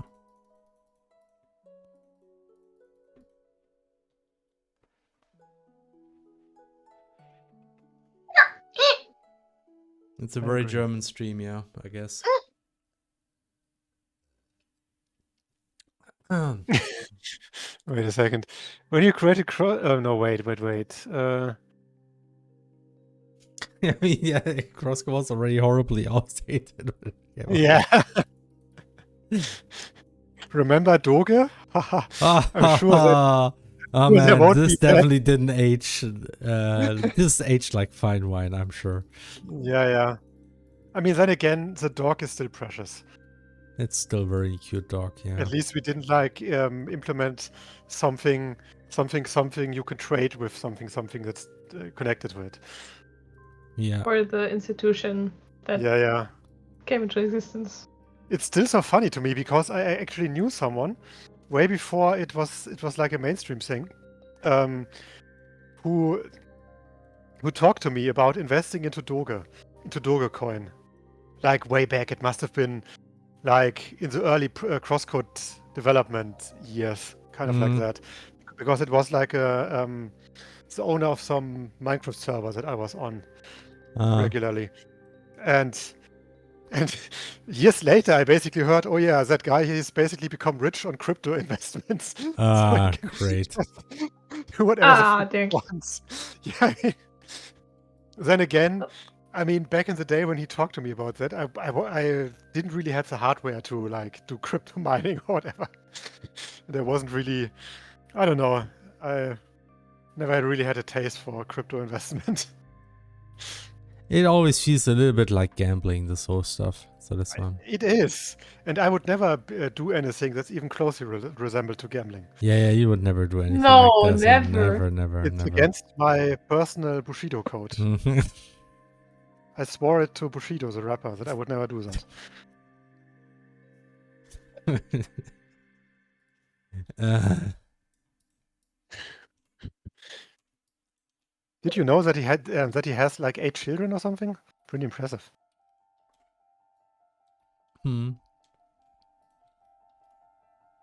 Instead, you could bet on what? You mean like, betting on wildfires? I don't see any problems with that. Yeah, how is that stupid site called again? Polymarket, where you basically can bet on anything, including like wars and crises, and now, as you said, you can apparently also bet on wildfires. Jesus Christ, it's like such an.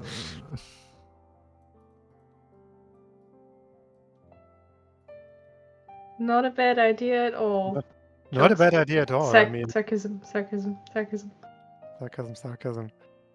You don't have to declare this here. We're talking like, I think, 30% of what we say is sarcasm here. 30%. When we say yes, we love to create games and we love our fans. Sarcasm. I said 30%. So it's your bet. Yeah, you need to figure out which part. So there's always like a certain insecurity about what is actually sincere. It's like a great thing when we like promise features or stuff like that, then there's always a chance it was actually sarcasm when it didn't work out. Yeah, we would definitely add multiplayer. So It's like when you're like some online grifter and you post like really shitty takes online, then you can always, when people dunk on you too hard, can always say, haha, you got triggered by my joke. you failed for the bait. You fell for the bait. What was it? Like, Isn't it like if someone, like the meme that someone pisses himself and then it's like, haha, you got so triggered. yeah, I just triggered you. What? I got triggered. You failed for my rage bait. You fell for my rage bait. Honestly, it's so freaking dumb these days. Sometimes you find videos out there where like people do just stupid things, and it's like you can't stop watching. It's like there was like one stupid TikTok video that I watched way too much, and I feel really bad about this. Oh, and no. It was like just, some video cam of some woman coming for a guy and saying, hey, you damaged my car. And what turned out is this woman was moving her car, trying to, get out somewhere, and hit another car that was parked and said, okay, your car was in the way when I was moving, so you hit my car, so you need to pay my damages. And this was just a video that kept going for 10-15 minutes or so, and she just wouldn't understand that she just hit a parked car and she's at fault. No, the other guy was at fault. He just kept arguing, and I don't know. I somehow hope this is not real, but it felt like the stupidest piece of rage bait. Yeah, it's true. Oh my gosh. And the problem is, these days, some people are just doing really stupid things for content and then they're streaming it or something. Yeah,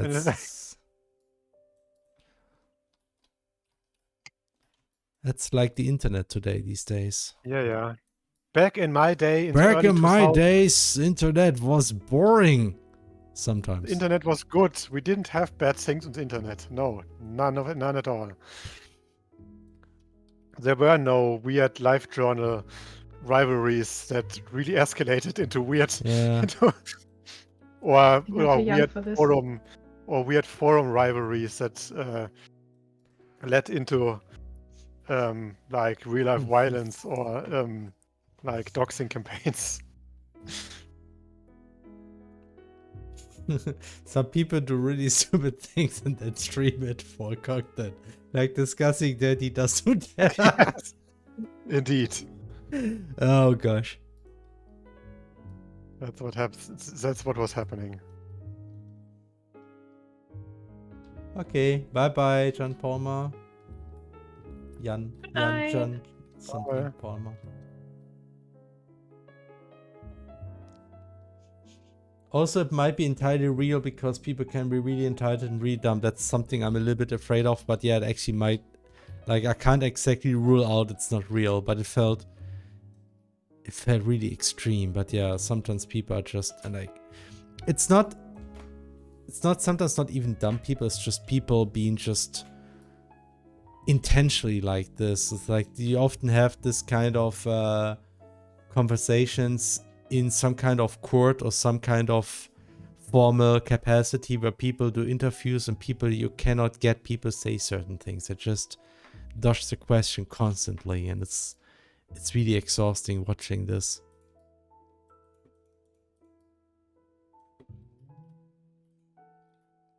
Corporate speech.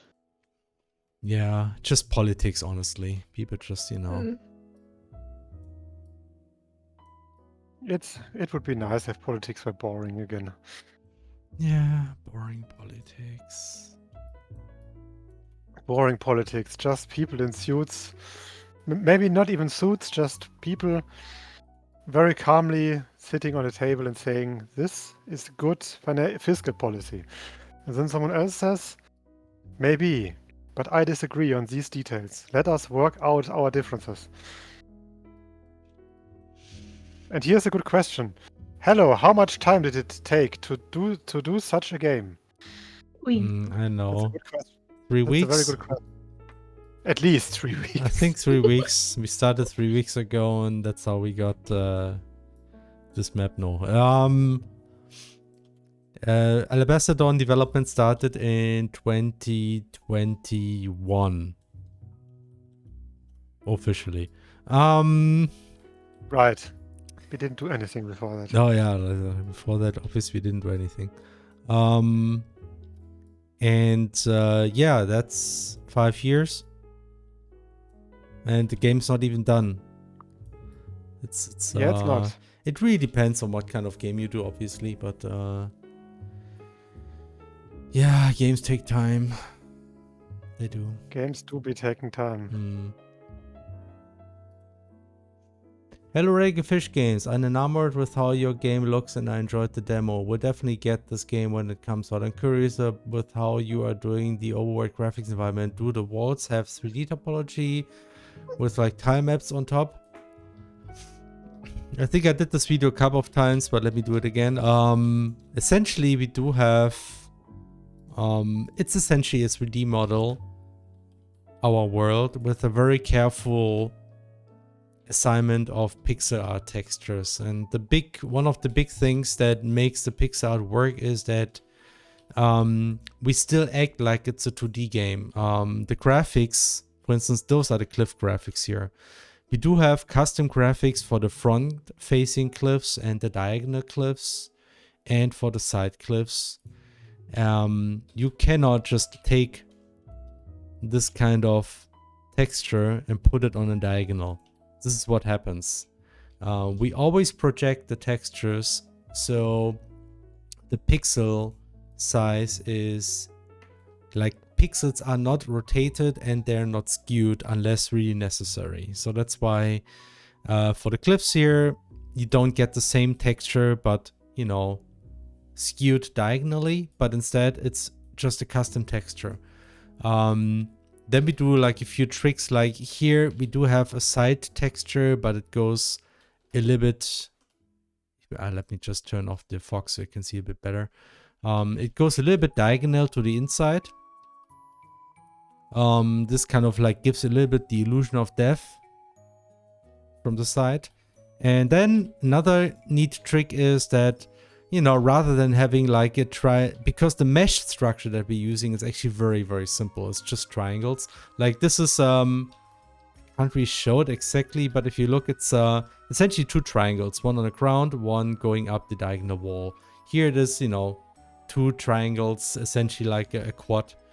And here it's just, you know, 1 triangle along the wall and another triangle on the ground, essentially. So, if you would just put a texture on this and you move around the camera, you might notice that the edge where, you know, the geometry distorts. So what we do is we just put another graphic on top that actually goes beyond the edge of the geometry. This actually helps. It's a very simple trick, but because of this, it doesn't look as, you know, like a simple 3D mesh because of this trick. This is just for geometry. Then we do a lot of other things, trees and these kind of things. We do a lot of use a lot of billboards, because billboards essentially just 3D meshes that always rotate to face the camera. We do this especially for trees. Let me just switch to nature so I can see this a little bit. This is just a bunch of billboards here that you can see. They always, rotation doesn't do what I want. They always face the camera. This again helps kind of like break the 3D illusion a little bit more. Like billboards work very, very well with pixel art in general, because you preserve the pixel size. And then we have a lot of custom measures where we, you can see this for big structures like here. Let me just show you a little bit how this looks like. This huge structure is actually, you know, those are the graphics. Pretty big pixel art graphics. There might be even more. That's actually is interesting. I expected more graphics. We have those graphics and we just project them on certain meshes, combining them. Here's one of those custom meshes. That's actually, we just take the graphic and then we have different points where we can tweak the depth for each of these points. And when we do this roughly correct, it doesn't look too bad if you rotate the camera. Unless you rotate it too much, and that's pretty much the big limitation of our style. It only works from a fixed camera perspective. If you rotate the camera too much, it breaks. That's why this game and potentially all future games, they will always be designed so the camera doesn't rotate around freely.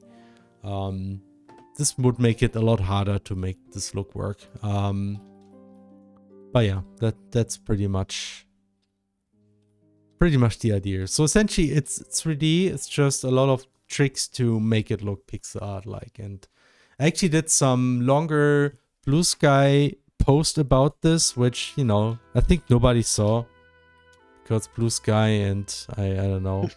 Let me see if I can find it. Don't tell me I'm not even signed in here. No, I don't want to create an account. Just what? Back. Come on, Blue Sky. The back button. Why does the back button not work? Okay, let me just. Please be careful to not show like Blue Sky port or something. I moved it out. It's okay. Okay. I assume you already you have it on like safe mode anyway. Because that's automatic. My Blue Sky doesn't look like you, Blue Sky, Hannah. It's okay. It might if I retweet certain things. I don't see your stuff on Blue Sky. Maybe that's by design. I don't know. I mean, I rarely retweet in Blue Sky, to be fair. Let me see if I can find it. I just want to link it because I feel that's actually a little bit the essence of what our pixel art look is about. It's essentially walking the fine line of what is pixel art. Like, do you want to do perfectly clean pixel art, or do you do whatever? And this is essentially like these kind of contrasts, like here. This is something that you may notice and doesn't look too great. It's like a lot of big size pixels, a lot of small size pixels, rotations, and a lot of games do that, and a lot of people are fine with this. Some people don't like this, including myself. I'm not a big fan when games overdo it with this, but I'm also not in the camp of saying everything has to be perfectly pixel grid size, because this comes with some downsides, and I actually detailed this in this thread pretty much. And the idea is that what's important is that pixel sizes are consistent. That means you need to avoid having very small pixels and then suddenly there's huge pixels next to it. If you have very inconsistent pixel sizes close to each other, you tend to notice sooner or later. To the point where that's also a reason why I actually do not like high-res menus on top of pixel art games. Like, including Celeste. Celeste is a fantastic game, graphic-wise, in so many ways, but I never liked the high-res UI icons. I always felt this doesn't work. Like, it always annoyed me a little bit, and that's why in our game also, like, Alabaster Dawn does have pixel art menus because of this. But there's certain limitations why you do high-res menus. That's mostly about the text. If you only do English text, fine, you can do pixel art text. It's not a big deal. But what if you want to have let me just reduce the volume a little bit. What if you want to suppose Chinese, like we do? This is this is Chinese. Okay. Okay. So you don't want to do pixel art of every Chinese character. There's too many of them. That's why we actually render high-res fonts. But the difference is that we do only render the text in high-res, but the interfaces are still in pixel art. And at least to me, that's somewhat better, because that means that only a certain small detailed thing is high-res. In my opinion, that's better than having the whole interface in high-res, because that would mean that stuff like this here would be in high resolution. And instead, what we have now is, pixel art on top of pixel art of roughly the same size, so it looks more consistent. Anyway, consistent pixel sizes, in my opinion, is the most important thing. Pixel rotation isn't as much of a deal, I feel. Like, all of our animation system is heavily about rotating pixels. If you look closely, if you look at Juno's hand, this is not a clean pixel art grid. It would not work. Like, if you would use this kind of thing with a clean pixel art style. I mean, we actually do have a mode. Essentially, it doesn't look that bad, but this is what it would look like. So if you would render our game in a clean pixel art look, this is what it would look like. Because essentially, our game supports the low-res resolution mode, and in this mode, it's roughly the intended, this is exactly the intended pixel art grid. This is why, you notice that Chinese characters actually do not work well with this, something we still want to work on. But yeah, everything else, like the menu, it's actually exactly designed for this resolution. And the game, in essence, is also optimized for this resolution. But since it's 3D, and we do, subtle zooming in and out, and of course, because of perspective, things get slightly smaller in the background and larger in the foreground. We kind of move away from this perfect grid always little by little. Like, you cannot avoid this. And this is how it looks like if you force the game to this grid. And, it still works surprisingly well, all things considered, but you do notice that things become a little bit jaggy, like Juno's eyes may just disappear or reappear and stuff like this. That's why these days I feel having the game just on this resolution looks best. But again, like, the idea is try to keep pixel sizes similar in size. Rotations are not as critical, in my opinion. If you might want to avoid strong rotations that you can see permanently. Those you may notice. But otherwise, it's mostly about consistent pixel sizes. This is really what kind of defines this look. And the truth is, this is actually hard to do. And that's why a lot of people say, oh, it's just pixel art, and you have less work because it's pixel art. To some extent, it's true. It's less work to create assets. But on the other hand, actually, rendering the graphics so that it still looks like good pixel art makes it very often actually harder to do this. So, for instance, something we cannot do, which we're not allowed to do, is simply take a box and rotate it. That's something you can easily do in any 3D game. You just take the box and rotate it, whatever, it works. If I take this stone and I rotate it, it looks like this. It doesn't look good, right? So I need to create a new stone graphic for every freaking rotation. So that's like the downside of having a style like this. If you come from a pixel art background, you're used to this. This is just what you do in a pixel art game, right? But it kind of combines the annoyance of doing this, but at the same time, you need to worry about certain things that you wouldn't see in a pixel art game, like the side of the walls, making sure that things distort the right way when you move around the camera. So it really is kind of like a combination of the tricky parts from pixel art games and 3D games. But our animation system at least makes it easier to reuse animations, and honestly, it's a lot easier to create detailed animations with the system. So there at least we got some time saving. But all things considered, it is actually kind of tricky to work in this style. So yeah, that's part of the reason why everything takes longer.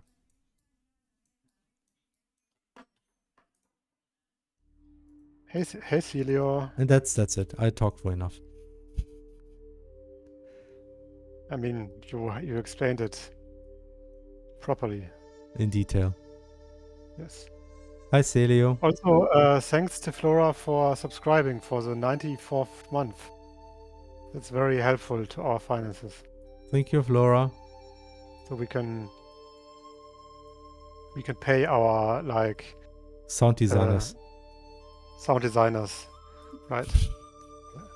Among other people.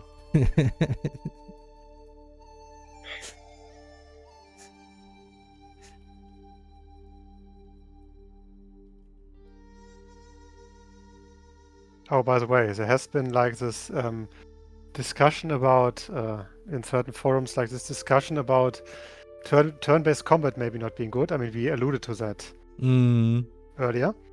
And on that note, I got back into playing Octopath Traveler, like the first one, which I've owned for a long time, but I've never really gotten into it properly, mostly for time reasons. And recently I did. Now I'm playing it pretty regularly, and I have to say, it is pretty old school in many ways, but in a good way, mostly. And it has really good turn-based combat, very typical turn-based JRPG combat, aside from the from those action charges. But that game really shows how turn-based combat can be really fun and really strategic, basically every turn. So turn-based combat can be fun. I say, despite us doing action combat the entire time. Oh, what did I do? But we can still enjoy both. Okay, what is happening Oh, here? you Okay, damn. It's the dam. The dam broke it. The dam? Damn. Damn be damned. Damn be damned. The damn tower. Goddamn tower. God dang it. That's an old one. That's a classic. Dum. Yeah, that's something that probably only Hannah and I understand. Okay, so what is this now? Maybe Thomas and Stefan. Maybe. Yeah.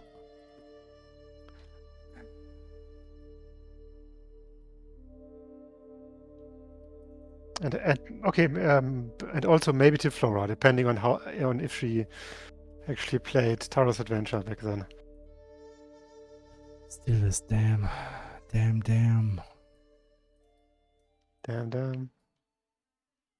Okay. It's everywhere. Thanks, Schilderich. Have a good sleep.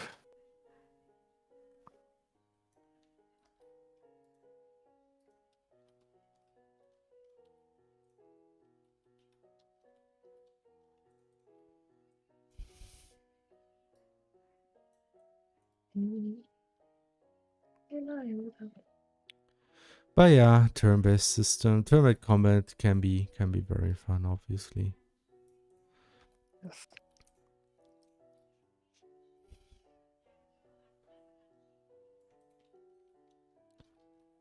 So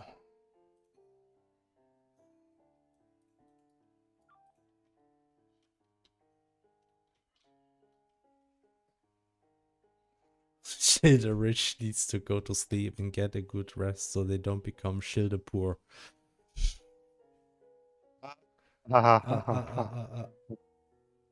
Ooh, good one.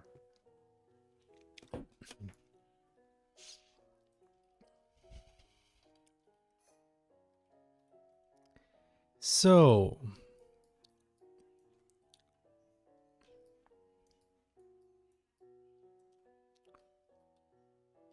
maybe I actually start working on another map, but I'm not sure I want to show that map because it's from the inside of a dungeon and I don't want to necessarily spoil stuff. So maybe I just, just keep polishing details here. There's still enough stuff. Yep. And it's already pretty late, so it's not like you need to... That's right. It's Still- maybe at most an hour, and then I think it's enough. Enough. Enough.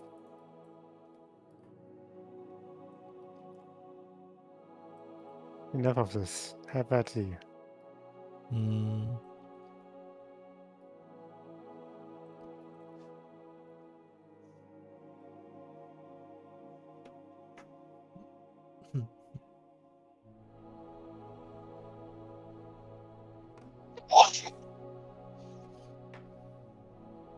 Hmm.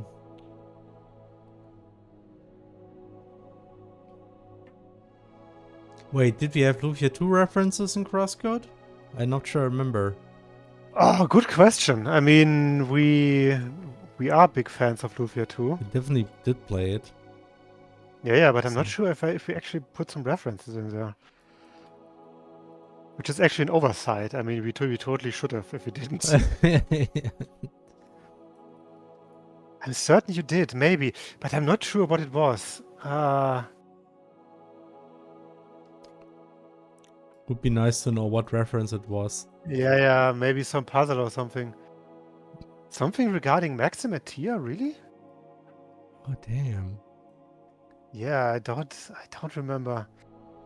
But Do I still have the um, crosscode code here? The crosscode code?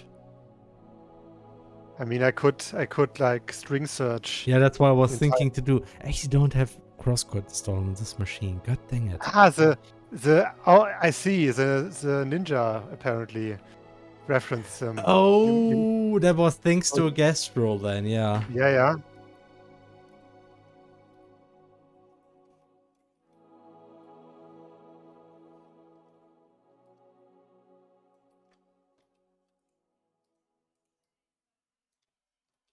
Hmm.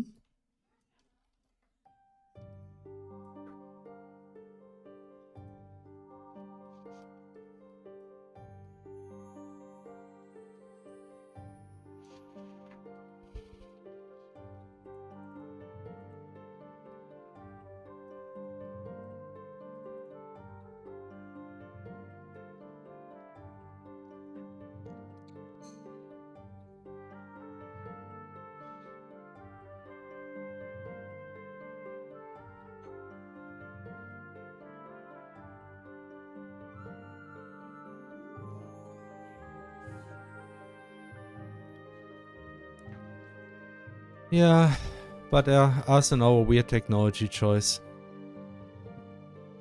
But yeah, I mean, all things considered, it still seems to work out. Yep.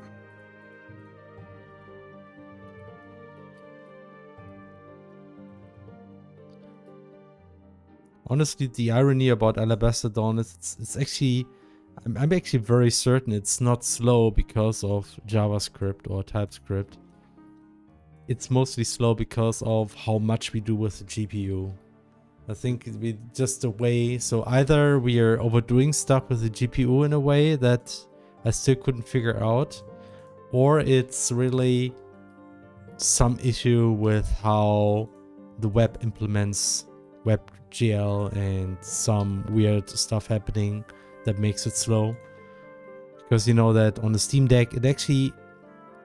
The bottleneck is really the GPU, not the CPU. That's the thing. That's really the GPU. And I mean, again, it's...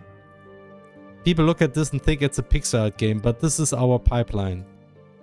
Let me just click through it quickly. I tend to do this here. It's our wind check, and then we have the parallax. There's a parallax here. But then we have the solid. Then we have the decals. There's no decals here. Then we have dynamic stuff. And we have the overlap stuff, which is nothing. Then we have a directional... Well, we have shadow mapping, right? So, and then we have another pass. And then we have our water. And then we have our fog. The pre-fog. There's two types of fog. There's a solid alpha stuff. You don't see much alpha here.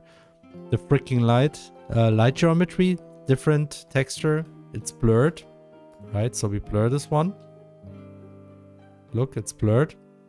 Then we add light on top of this. Then we made stuff dark again. Not even sure we use this much.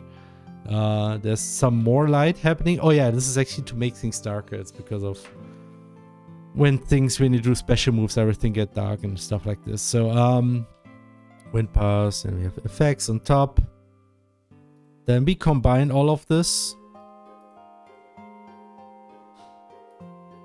And it's dark because now we render everything in, you know, high res, high definition pixels, because this has some advantages. Then we add more fog, add more effects, then we add the weather drops. Then we have the back facing, this is supposed effects, stuff. So weird pixel correction that probably nobody notices. Refog. Then we have some more bloom. Make it bloomy. That's something for... Not even sure what this is. We have distortion pass. So yeah, this is our little pixel art game. It's very klein und knuffig. Yeah, it's very knuffish. I can actually put some stones here. That's something I should do. So all things considered, I'm happy it runs well on Steam Deck. I mean, relatively. Will it run on Switch? Will all the light and weather effects combine into one single effect? Not sure what that means.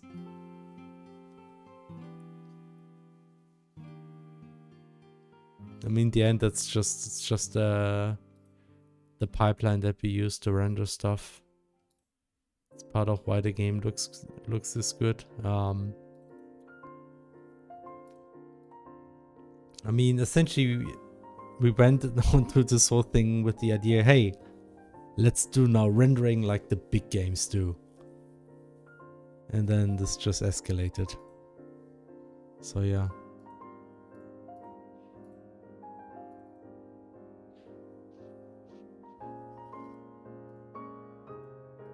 So what did I want to do? I wanted to play some nature stuff. Hub.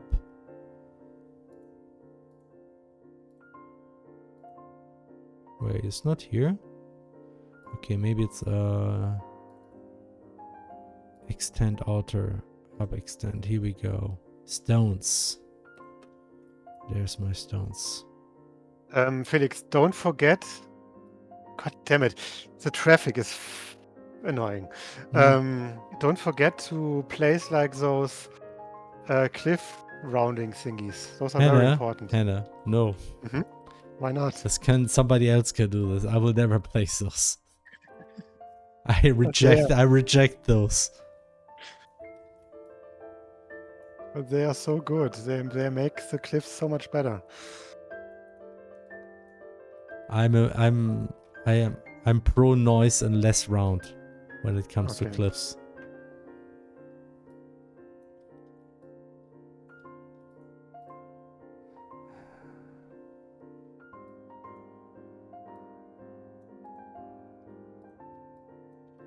It's actually honestly still sometimes when it comes to how we designed the stones, I'm actually sometimes not happy with how we design stones in our tile sets, because they have this issue. This one, for instance, the stone looks like it's just placed there, and it looks loose. It looks like something you want to move around. In fact, let me just fix this now. I'm just gonna change this now. So this rock looks good. This rock looks like it's integrated. It's immovable. This one looks like it's disconnected. Like you could move it around, but it's not supposed. It's just it should feel connected. And the big issue is at the bottom. There's a very strong outline here. This outline needs to be more subtle. So let me just go there. Windows 10 has this kind of big update where the search now takes an extra few seconds. I don't know. It's like the same for both my work machines. If anybody knows anything about this, then you gotta switch to Linux, then, well...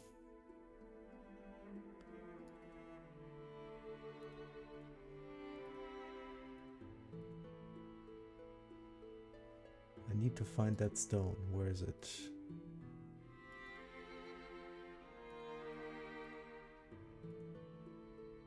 Top stones. Here we go. Okay. Here it is. So make this one less contrast.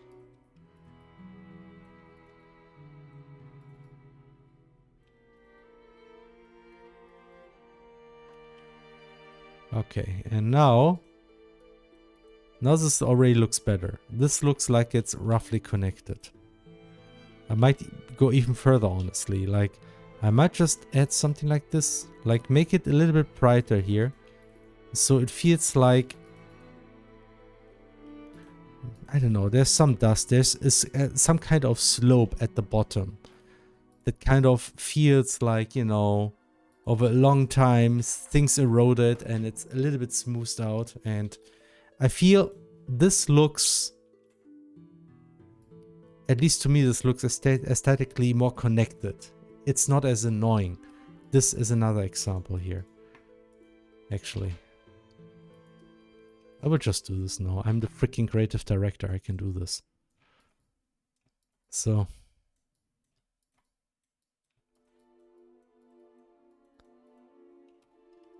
Now it looks connected.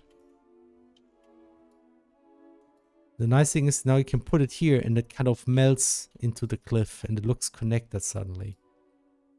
Like it's it belongs there, not like it's stuck out, like it's an object that you need to interact with. So...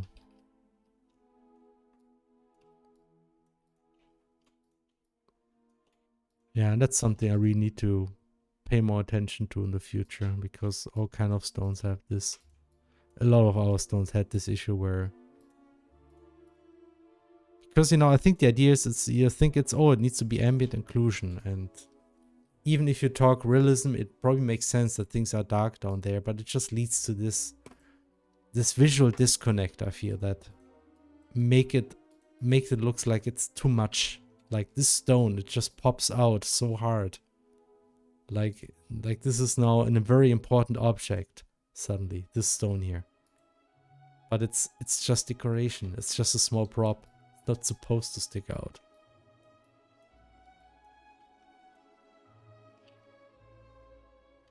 It's this one here.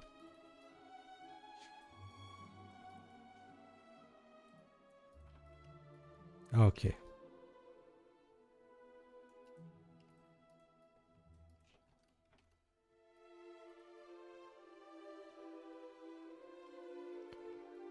The stone is not the main actor, it's just a prop. Isn't the stone actually the main protagonist? No. Stone Kun. What are you doing? No. Oh man, how much I hated that stone scene in Everything Everywhere All at Once. No. No. It's art.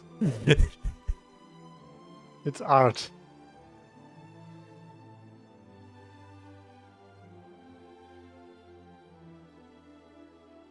Why does Alabaster Dawn taking so long to make?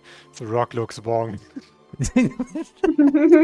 I still remember this one theme where, like, somewhere during the very long development of Final Fantasy 15, they made like a special social media post about how they were out there in the wild measuring a rock, creating a 3D model of it, and then putting it into the game. And people like, this game is never gonna get finished. God damn it, man. They were really taking the road trip concept very seriously. I mean, it's kind of like the irony. I think this is done quite often for AAA games, where they just go outside and measure rocks. And the irony is, like, there's certain places with some very cool rocks, and these kind of rocks get apparently taken by several developers. So you find the same rock in different games because it's like a very cool rock that all the AAA developers found and had to, you know, copy. Yeah. That's like pretty fun. The aesthetics of rocks. And it didn't get finished. Yeah, it's true. Final Fantasy 15 famously got like cut apart a bit. Yeah. Reach release. The rocks are fold. It's all the rocks. It's like with was it Final Fantasy 14 where they took way too long to make a vase, a flower vase or something. Yeah, I liked it. There was like some incredibly detailed 3D models that kind of like.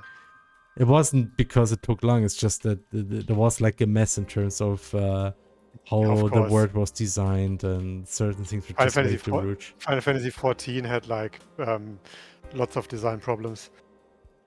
Professional stoner. The stone. I bet they didn't even put them in the credits.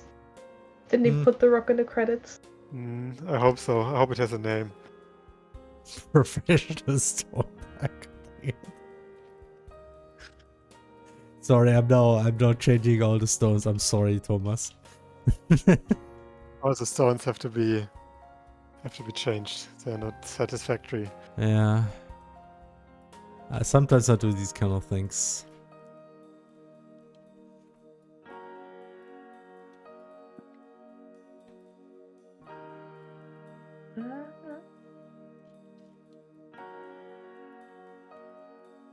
Oh, yeah, this works. Okay, what time is it? Still some time. 7 before half. Yeah. Actually, there's something else I wanted to look at. These kind of things here. I need one of those which is only 1 tile high. We don't have this right now.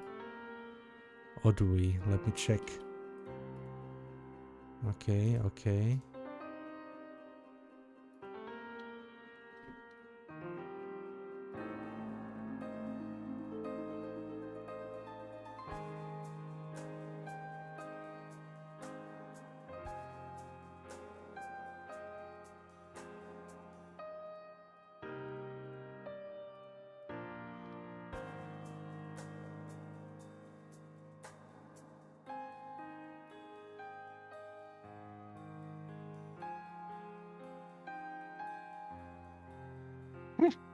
Okay.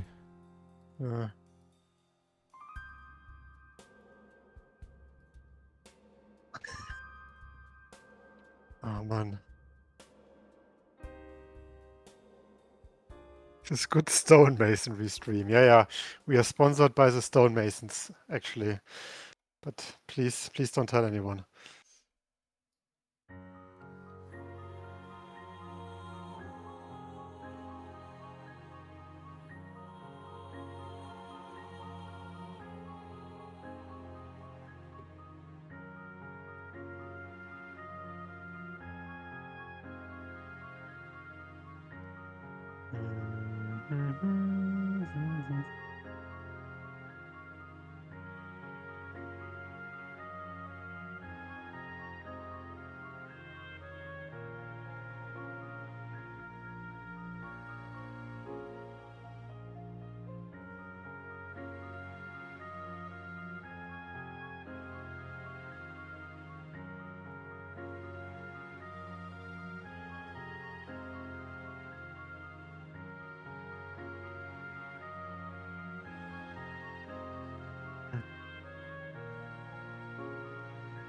I'm just cheating a little bit now. I don't care anymore. Ugh.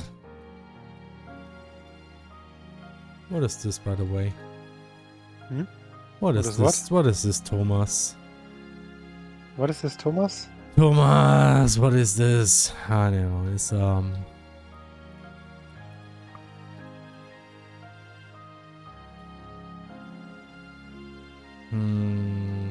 okay. I'm just gonna ignore this now.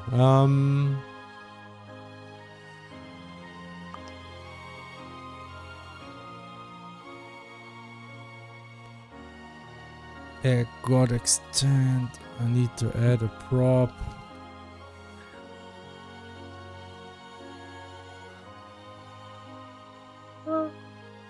So. I think I will be off for tonight. Alright. Good night. Yeah. Good night. Have a good time and make a. See you tomorrow. Make yourself a nice kniff. See you tomorrow, right? Knifte. Yep. Knifte. Here he goes again. Bye. Bye. Bye. Okay, let's make this one. It should help. Yeah, it does help. Okay, nice. Okay, I kind of fixed it. This works well enough for me. So you are sticking with JavaScript for Alabaster Dawn as well? Well, I mean, it's TypeScript at least. It's yeah, I mean TypeScript, but yeah, essentially, yeah. Essentially still JavaScript, it's true.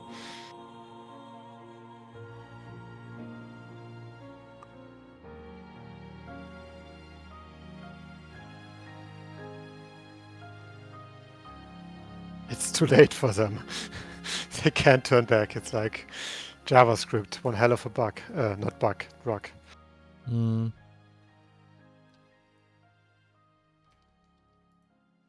Can't get out again. Be right back.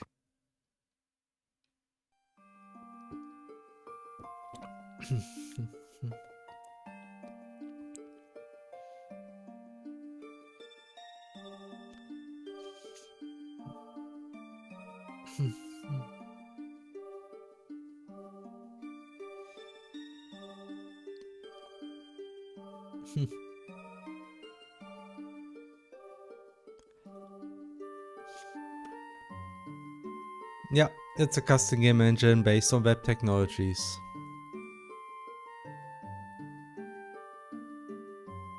And yeah, that's crazy. So...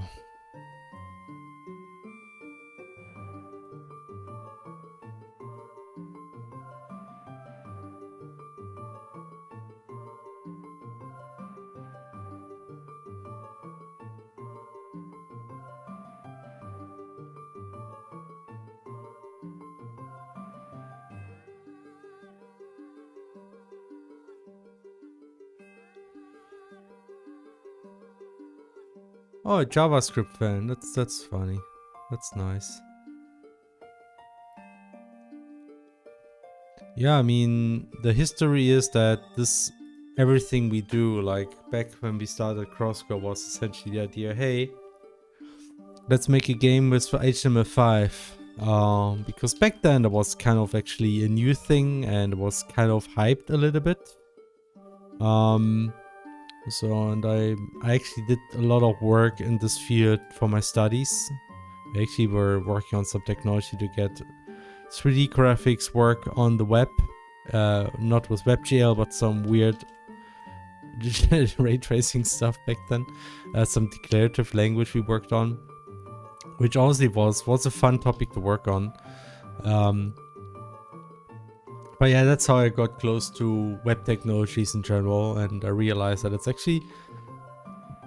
it's nice to work with that.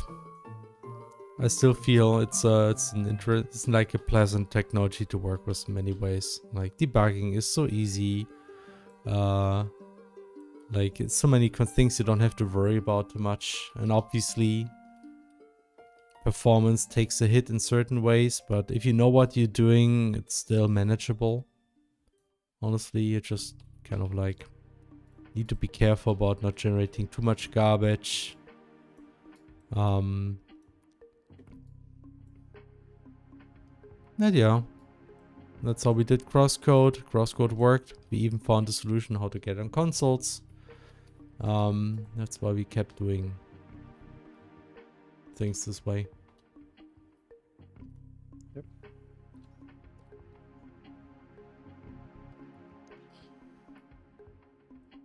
So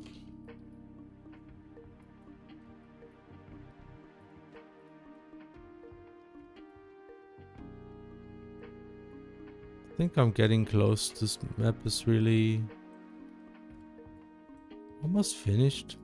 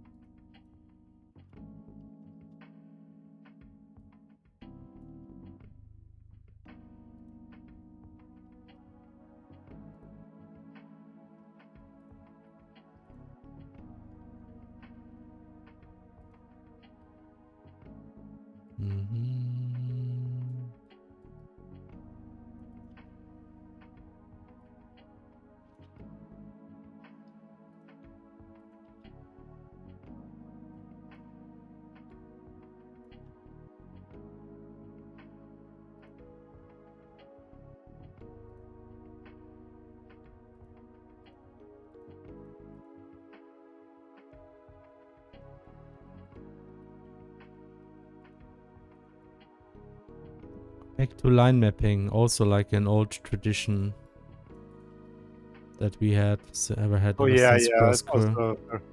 also a very crosscode thing. Mm. Is the switchboard of crosscode also in JavaScript? I mean, it was basically ported into C++, right? Yeah, it's not exactly JavaScript. It was ported. It was converted to some framework that could be converted to some low-level language like C or C++. But the point is that it was not really handwritten. Like somebody actually found a process of converting our code base to something native by just annotating a lot of stuff, to be honest. But that's also why we now use TypeScript, because with TypeScript you do have a lot more type annotations, and that should potentially make this whole conversion process a lot easier. Specifically because now we are also more careful about types. Like in Crosscode we had certain functions where we just threw in whatever type and it kind of worked. For Alabaster Dawn we are now a lot more strict. And I have to say, working with TypeScript in general is a lot easier. Yeah. Like it's actually good to switch to TypeScript. It's like for the most time there was always like this the thing where I actually really moved away from strictly typed languages because they turned out to be very annoying to work with, because the experience I had was, you know, C++ back in the day where there were no auto types or whatever, and Java, which was always annoying, and it was so annoying just writing code because every freaking thing had to be declared. And then modern languages like this, you know, they have a lot of automatic typing. There was like a word I forgot. Implicit types that you essentially derive out of context, and that actually makes using these kind of strictly typed languages a lot more pleasant. So that's what I essentially realized using TypeScript, and that's why now I'm actually a fan of these kind of languages again. And I mean, the reason I switched to JavaScript in the first place was because it was actually kinda nice to just write code without having to declare every freaking type everywhere. Because again, my perspective was Java and C++ back in the day, and it was annoying. Yep. And I actually enjoyed this a lot about JavaScript. And I took I knew that obviously doing this, there's a lot of risk of, you know, doing things wrong. But, you know, if you pay attention and you test and script, and like, it can work. Again, crosscode 100% JavaScript. But, you know, having something like TypeScript is like probably the better compromise. Like it still has type checks. It's not annoying to work with. So definitely the better choice, I would say. Yep. Oh boy. There's a question. Would you guys still make your own engine for another game, or would you use any other engine like Godot, Unity, or Unreal? I mean, we are planning to use this one again. Yeah, I mean, we have put a lot of work into this engine, and we intend to keep using it forever, for as long as we can, or if you want to, honestly. No, it's we don't want to switch to anything else, honestly. It's not at this point, not after we put so much work into this. Doing our like some fun like seniority project when we are like over 70 or something. Oh, come on, Felix, old chap, let's make another game with our good old engine. Yeah.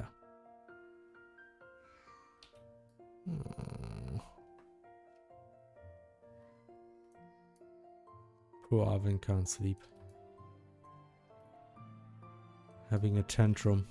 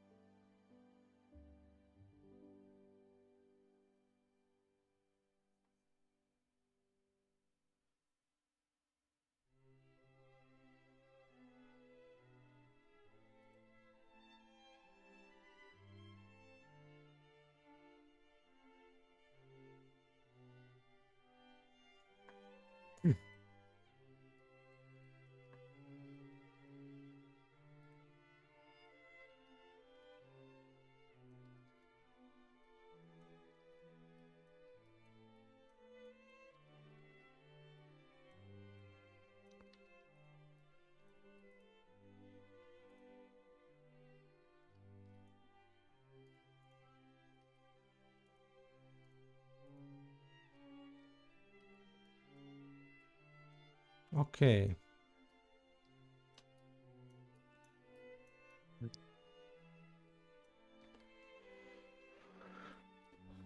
So it's 20 to 11. I think Time to stop. well, we cannot not immediately, but slowly. If anybody still has any question to ask, now would be a good time before we, just disappear. Yep. Oh yeah.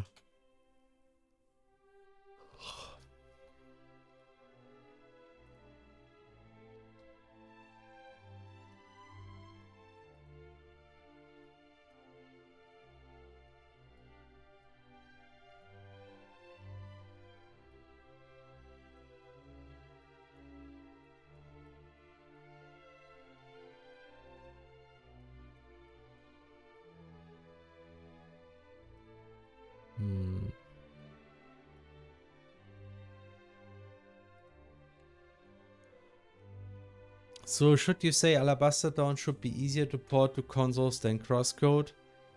In a way, yes. In another way, probably less so. I mean, on the one hand, we use TypeScript, so types are more consistent. It should be easier to convert it to another language and then turn this one to like something like C or C++.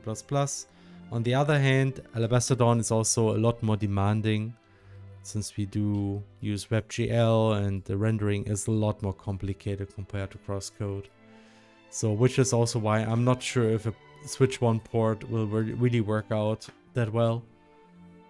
I'm mostly optimistic with all other language consoles, including Switch 2.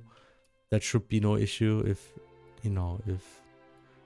the Steam Deck can run it on with just WebStack natively. I'm not concerned about a Switch 2.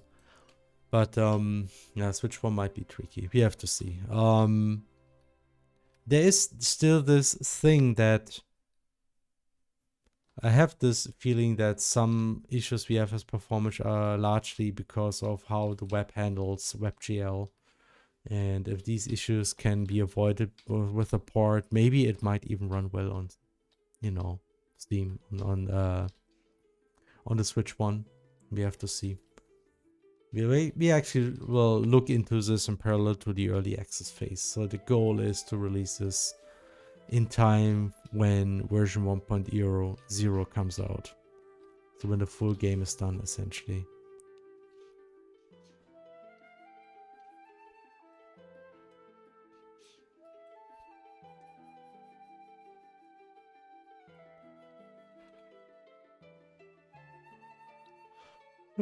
Hey, people are missing your anime VTuber segment.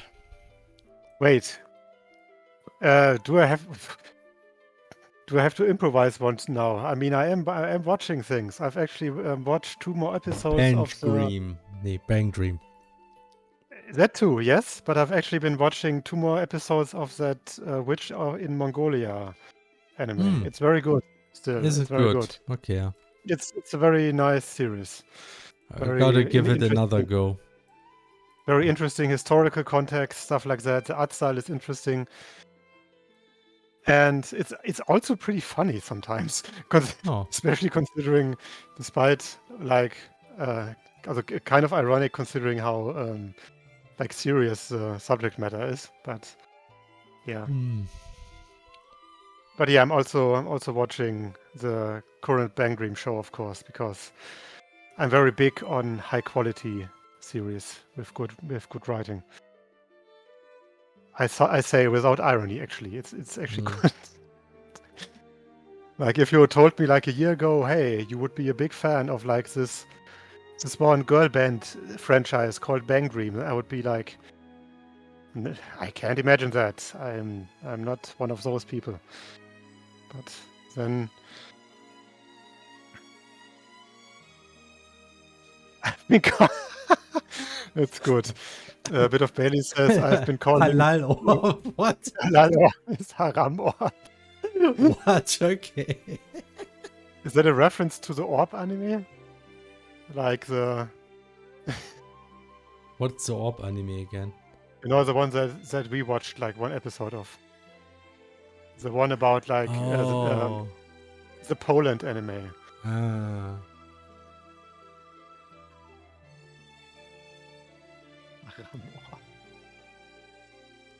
Oh man, it's very good. Haramov. Oh, that's actually very funny. What is Cat and Dragon?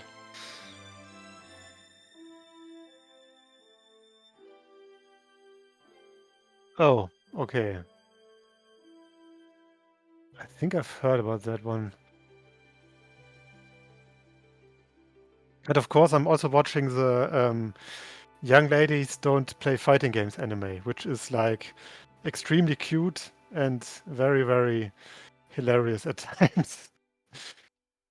You know, it's the one where they use actual footage of like Street Fighter 6 and sometimes Street Fighter 4 for the matches because they have like a collaboration going with them.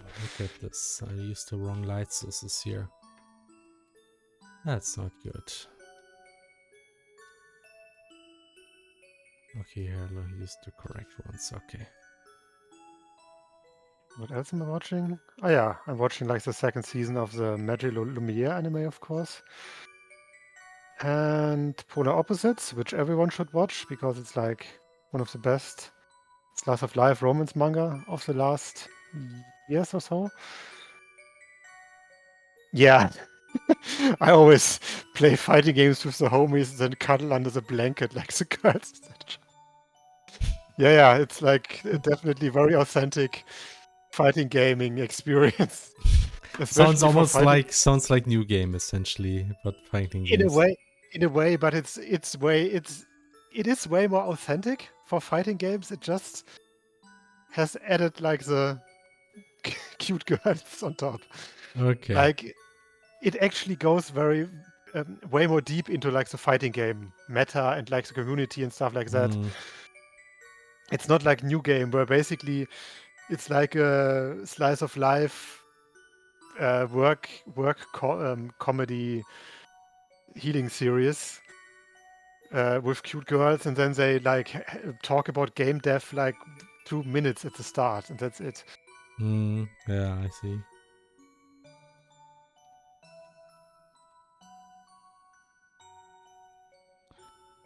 Okay. It's not game if you do it after playing fighting games. That's true.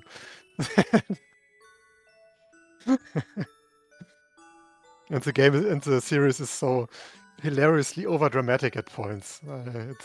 It's really great. My homie getting flustered and blushing when I Santori the wake up. Oh yeah, right. Felix, you are very familiar with 2XKO, right? No. Isn't it your favorite game, 2XKO? What? Don't you know what 2XKO is? I mean, the title of the game should make it very obvious what 2XKO is, right? No. Okay, and that's the problem, I think, or at least one of the problems. 2XKO was, or rather is, the League of Legends fighting game. What? Yes, League of Legends has a fighting game, and it's apparently actually really good, from what I hear, because isn't it made by like Arc Systems or something? Something like that. I think it's by some really skilled fighting game developers, but I'm not sure which one it was. 2XKO. But obviously, maybe it wasn't. I don't know. Maybe they just got some developers, like some people. Oh dang! It had Casey Edwards as a composer. That's cool. Either way, it obviously had like a lot of money invested in it because it's like Riot people and stuff like that. And it's League of Legends, but it's still underperformed. And I think one of the reasons is like the really bad name. Because if you hear 2XKO, what do you think of? Nothing, basically. You certainly don't think of League of Legends. Yeah, that's right. whenever I see that name, I'm like, okay, what was that again? And then it takes me like a bit of research or like a minute of thinking, like, oh yeah, right, it was like the League of Legends fighting game or whatever. They made a blog post saying 2XKO is a good name, actually. Great. They made a blog post about this. Okay. Yeah, justifying it. But from what I hear, the problem was also that the character roster was too small or not interesting enough. And maybe the marketing wasn't good enough. I don't know. I haven't followed it myself. I just heard like people talking about it. That it's actually a very good game on its own merit, but it was generally mishandled. I see. Yeah, and that's basically one of the big gaming news of the recent times, because there are no other big gaming news in recent times, obviously. Yeah. By the way, Felix, aren't you also looking forward to physical releases of Alabaster Dawn? Maybe we should ask Sony about it. Let's see if Sony wants to do that.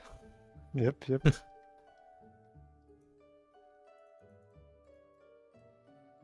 Yeah. They really expected 10% of the LoL player base to hop on to XKO. Yeah, that's not gonna happen. I mean, I think even like 2% of the League of Legends player base would be a really good base for fighting games these days. When I get my physical Wii U copy, right. And I also heard that, I mean, unsurprisingly, the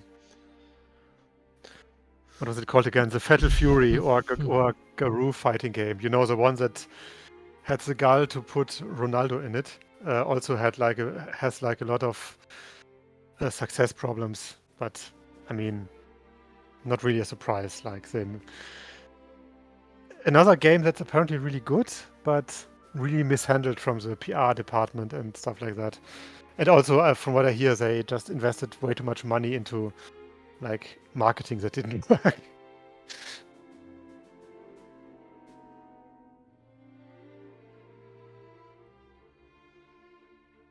Oh yeah, we talked about the Terranigma tease earlier. And so now that they teased the Terranigma news, how do you think this will affect your passive marketing? I mean, we will see. I mean, positively. Yes, definitely positively. I mean, it cannot hurt us. Honestly, that's the thing, because there's so many games out there. I don't think that people say, "Oh, now a Terranigma remake is out there." That I don't need to buy Alabaster Dawn. Why would I need to buy this game now, right? It's like the inverse, really, because a lot of people who like our game, we can tell them, hey, this was inspired by Terranigma, and Terranigma is, by the way, the funny thing is they're actually very close to us at Gamescom. So we can actually tell the people, hey, if you like the idea, there's actually like, they're gonna, re-release in whatever capacity the original to the Super Nintendo that was inspiration. And maybe they will do the same for us. I mean, I will ask, definitely pay them a visit at Gamescom, and maybe we can share some flyers and stuff like this. I would totally do that, honestly. It's yeah, definitely. I mean, that's essentially how at least how things work among indie games, I feel. I just thought you had put some more thought into this. I mean, yes, some thought, but I mean, it only happened pretty recently. Yeah. And it's not like we did like an immediate emergency meeting about planning how to exploit that. Yeah. That didn't happen. I like the first game. No, I will not get a second cake. No. Right. I mean, the thing is, I can already smell the 10 games to play until the Terranigma remaster or whatever comes out. And then one of them might be Alabaster Dawn, maybe. Or Crosscode, or both. Yeah. Loud buzzer noises, yes. Sus.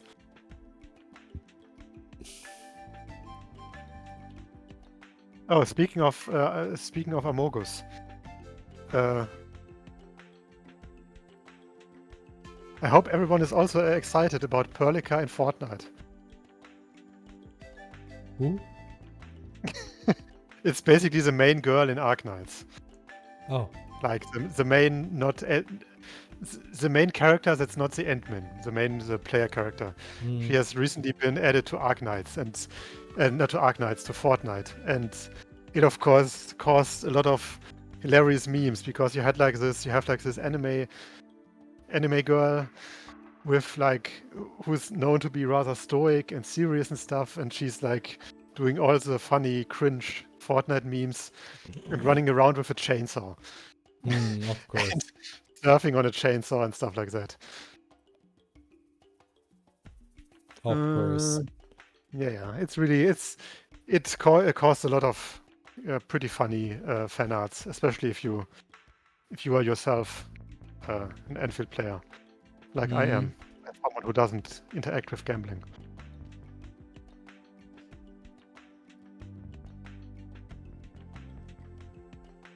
And yes, they actually added Perlica, and they also added like her iconic please give me 30k emote.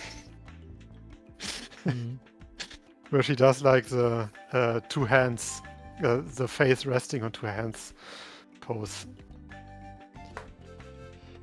Okay, I'm gonna push those changes now. Yes, it's almost 11, Felix. We reached our limit as old men. Yes.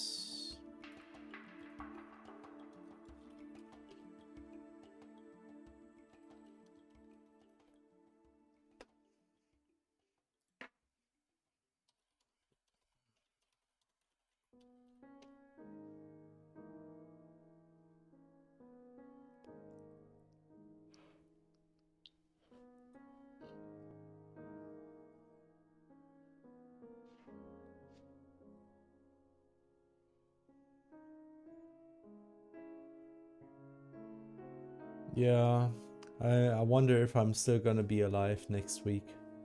After next week. We will after likely 5 days of Gamescom. But Felix, remember that soon after Gamescom we are planning a release maybe. So we have to immediately come back from Gamescom on Sunday, and then immediately Monday crunch. We'll let you know how that goes after Gamescom. Yeah. Yeah. Anyway, thanks for watching. This concludes our Yes. stream for tonight, and we will be back soon.